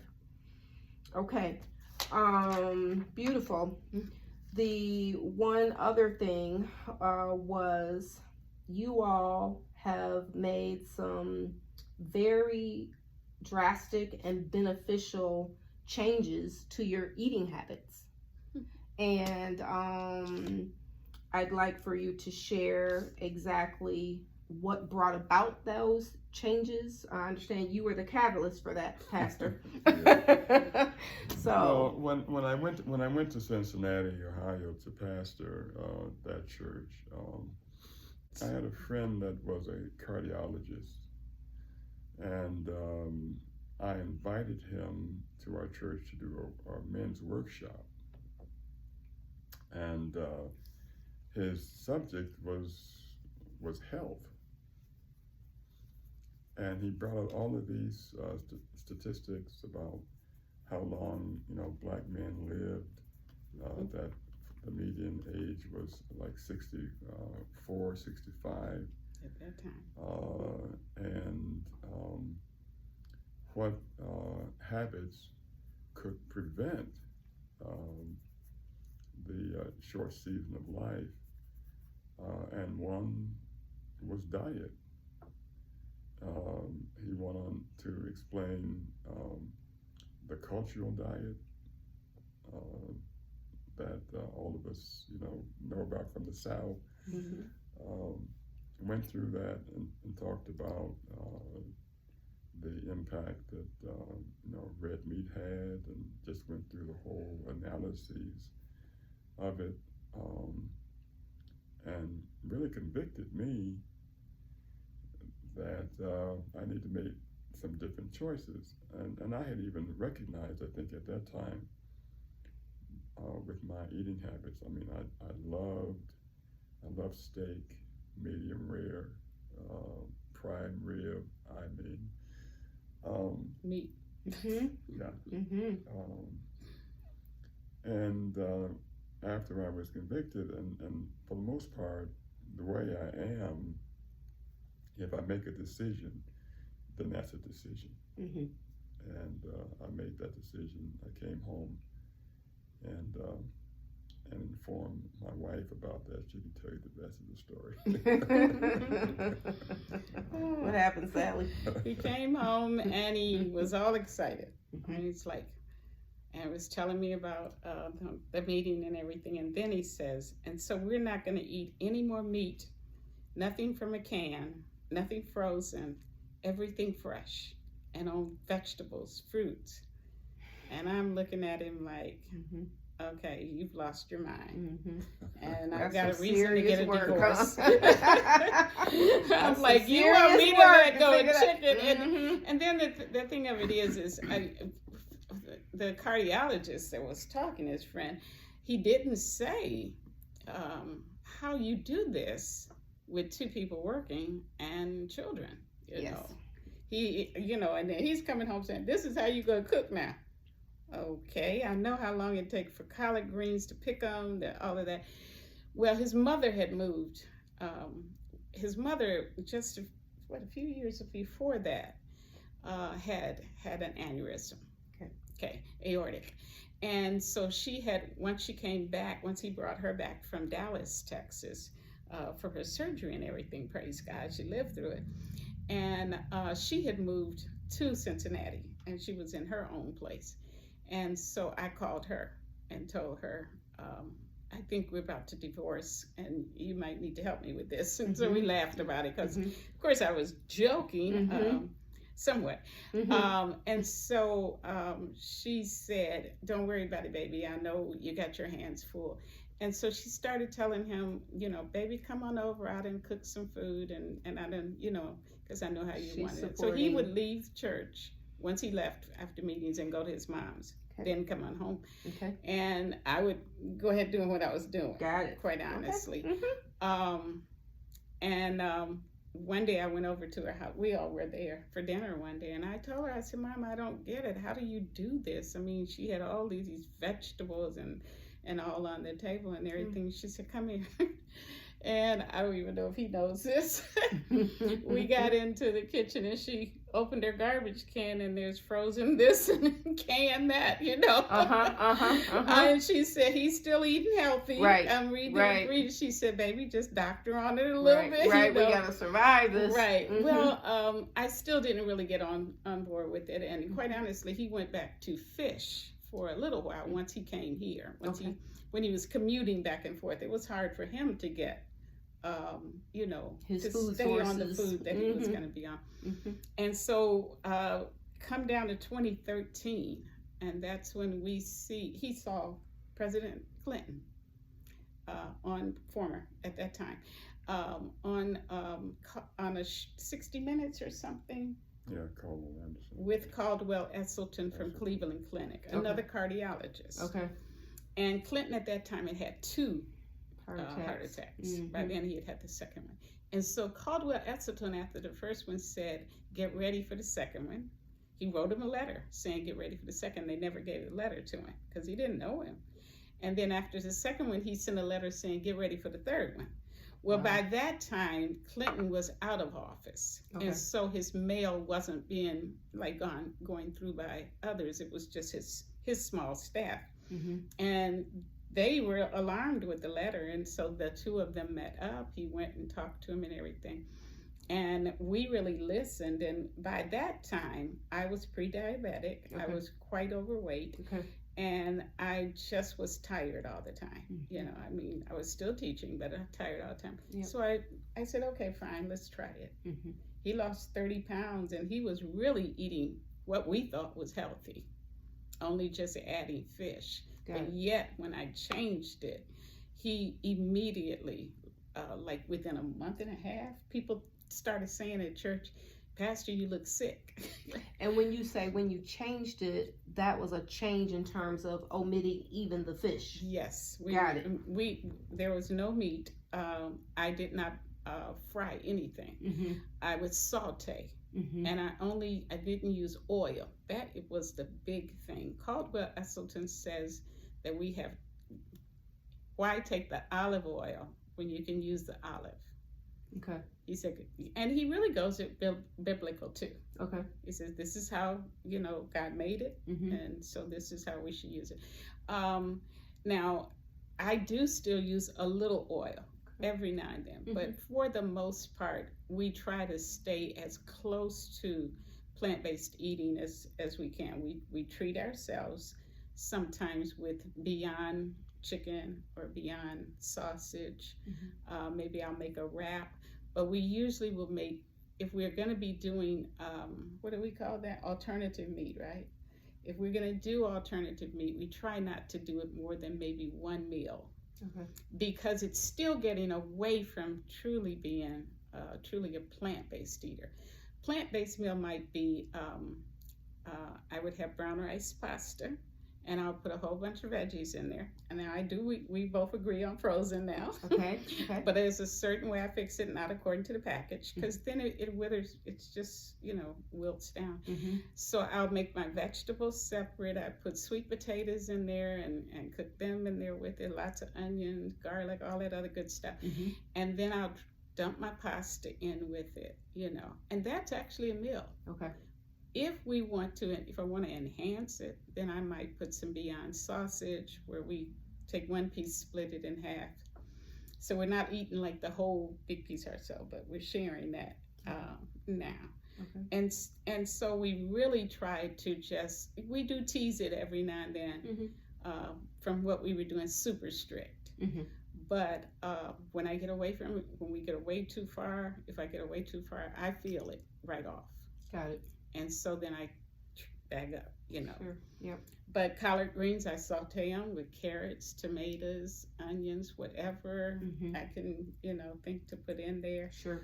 Sweet potatoes and collard greens are great. Mm-hmm. It's very great. Mm-hmm. You can do it, and you can actually, like I do some of my preparations, maybe weekend or something. People say it's too expensive, Mm-hmm. Well, this is really an expensive way to eat. I've got kids. The worst thing we're doing for our kids is giving them French fries. Mm-hmm. McDonald's fries and most fries from fast food places have arsenic Mm-hmm. in them. Mm-hmm. And they put the potatoes away for about 6 months. Yeah. To hopefully get it all out. And then finally they start selling them. But this is what we're putting in our kids. And we wonder why we're having kids who fall over on a basketball court and die, Mm-hmm. or on a football field and die, because they're eating fast food every day. Yeah. Sometimes too many it's meals a problem. And it's that's what we went to. Yeah. Mhm. And it's diminishing the teaching of cooking. Yes. Yeah. So many kids literally do not know how to cook, Mhm. won't know how to cook, and so they'll forever be dependent Right. upon these systems. Yeah. So the longest living person in my immediate family is my great grandmother. okay. My great grandmother lived to be 103. Okay. But my immediate family never made it out of their 60s. Mm-hmm. Mm-hmm. Mom, dad, Mhm. my brother. Your brother. Sure. Mhm. Never made it out of their 60s. Yep.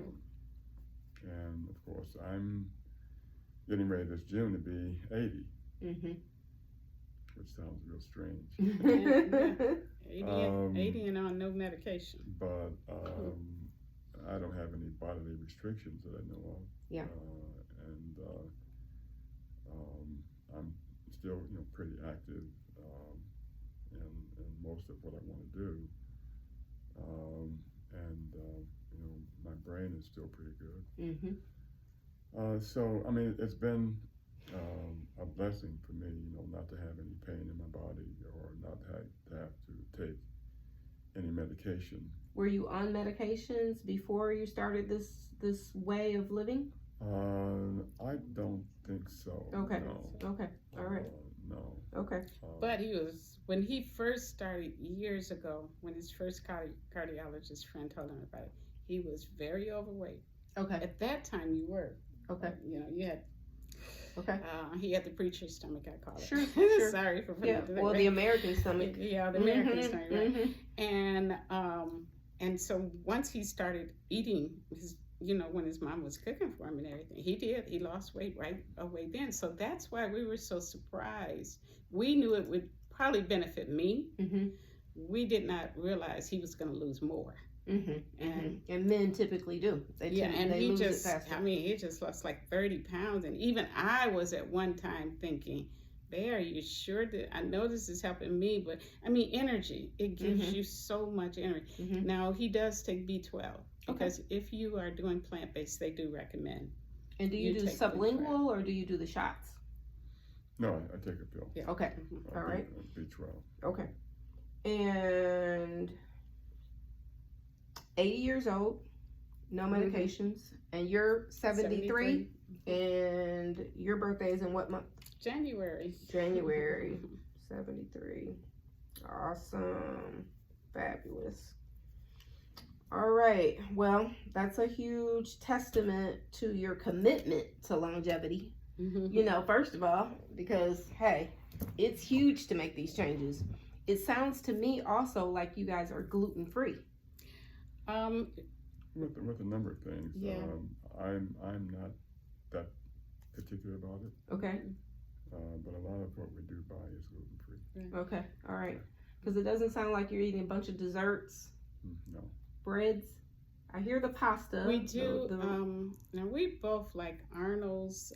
What's the one you got here? 100% wheat. 100% wheat, but with the nuts in it. Oh my God, it's so good. Okay. Now I will do that. That's a bread or it's a bread. Okay. Arnold is the brand. Got it. Arnold is the brand. Okay.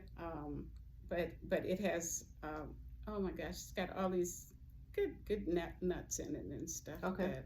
That make the bread, something I can't turn down right now. Okay. Okay. Yeah. All right. All right. That's fair enough. Fair enough. All If right. anybody's interested in it, I do recommend Eric Adams' book, Healthy at Last. Eric Adams. And if you're diabetic, or pre-diabetic, I definitely recommend his book. Free at last. He woke up healthy. Healthy at last. So he woke up one morning and he could not see. Okay. And went to the doctor and found out he was in stage 4. He was stage 4 diabetic. And now he has totally reversed it. They did put him on medication and stuff in the beginning, but he wasn't going to be settled with that. Okay. And he's now the mayor of, he is the mayor of New York. Okay. He's the new mayor of New York. Yeah. Eric Adams. Okay. Yeah. Awesome. And he's trying to turn New York around. Yes, he That'll is. be something to see. Yes, indeed. Yeah. And he's working in the minority communities. He really wants to bring healthy food back to the stores. There are things we can buy at Kroger's in Waverly, Christ Road. Can't find them here. And it's kind of bad. However, I will say that Kroger's has some really wonderful produce. And so that's great. Yeah. And it is interesting from store to store. I went to the Meijer off of Lake Lansing, and they didn't carry tarragon. And it wasn't, there was no ticket, so it wasn't that they were just out of it. They didn't carry it in the spice section. But when I came over to the Meijer on Saginaw, they had plenty of tarragon. Yeah. So it does vary from location to location, place to place, that's for sure. All right. Well, you all have a big celebration coming up on Saturday, March the 26th at Eastern High School from 2 until 7. There will be a program first, and there will be a meet and greet after, and refreshments served. We want everyone to come out and wish this beautiful couple well on their next chapter, where they're going to be home together. They're going to be grandparenting together, and they are going to receive a well-deserved ability to kind of do what they're doing right now, sitting there together, able to look over at each other and say, honey, we did this thing. We did this thing, and it's been so worth it. I mean, I wish I could be a fly on the wall to see you all just enjoying being able to look at each other and to really take in what you guys have accomplished and how remarkable you are as individuals and as a couple. Thank you, Shawn. Thank you so much. That's so nice. Absolutely. I have all the admiration and respect for you, as I am positive so many others do as well. So I want to thank you again for joining me and sharing with me your precious lives and your precious story. All right. Thank you so much. Absolutely. Yes, both of you, yeah. So thanks so much for tuning in to Shawn Watson Davis TV. Please hit the subscribe button, the like button, put a heart in comments, and share this video with at least one person. Thank you so much for tuning in. Bye now.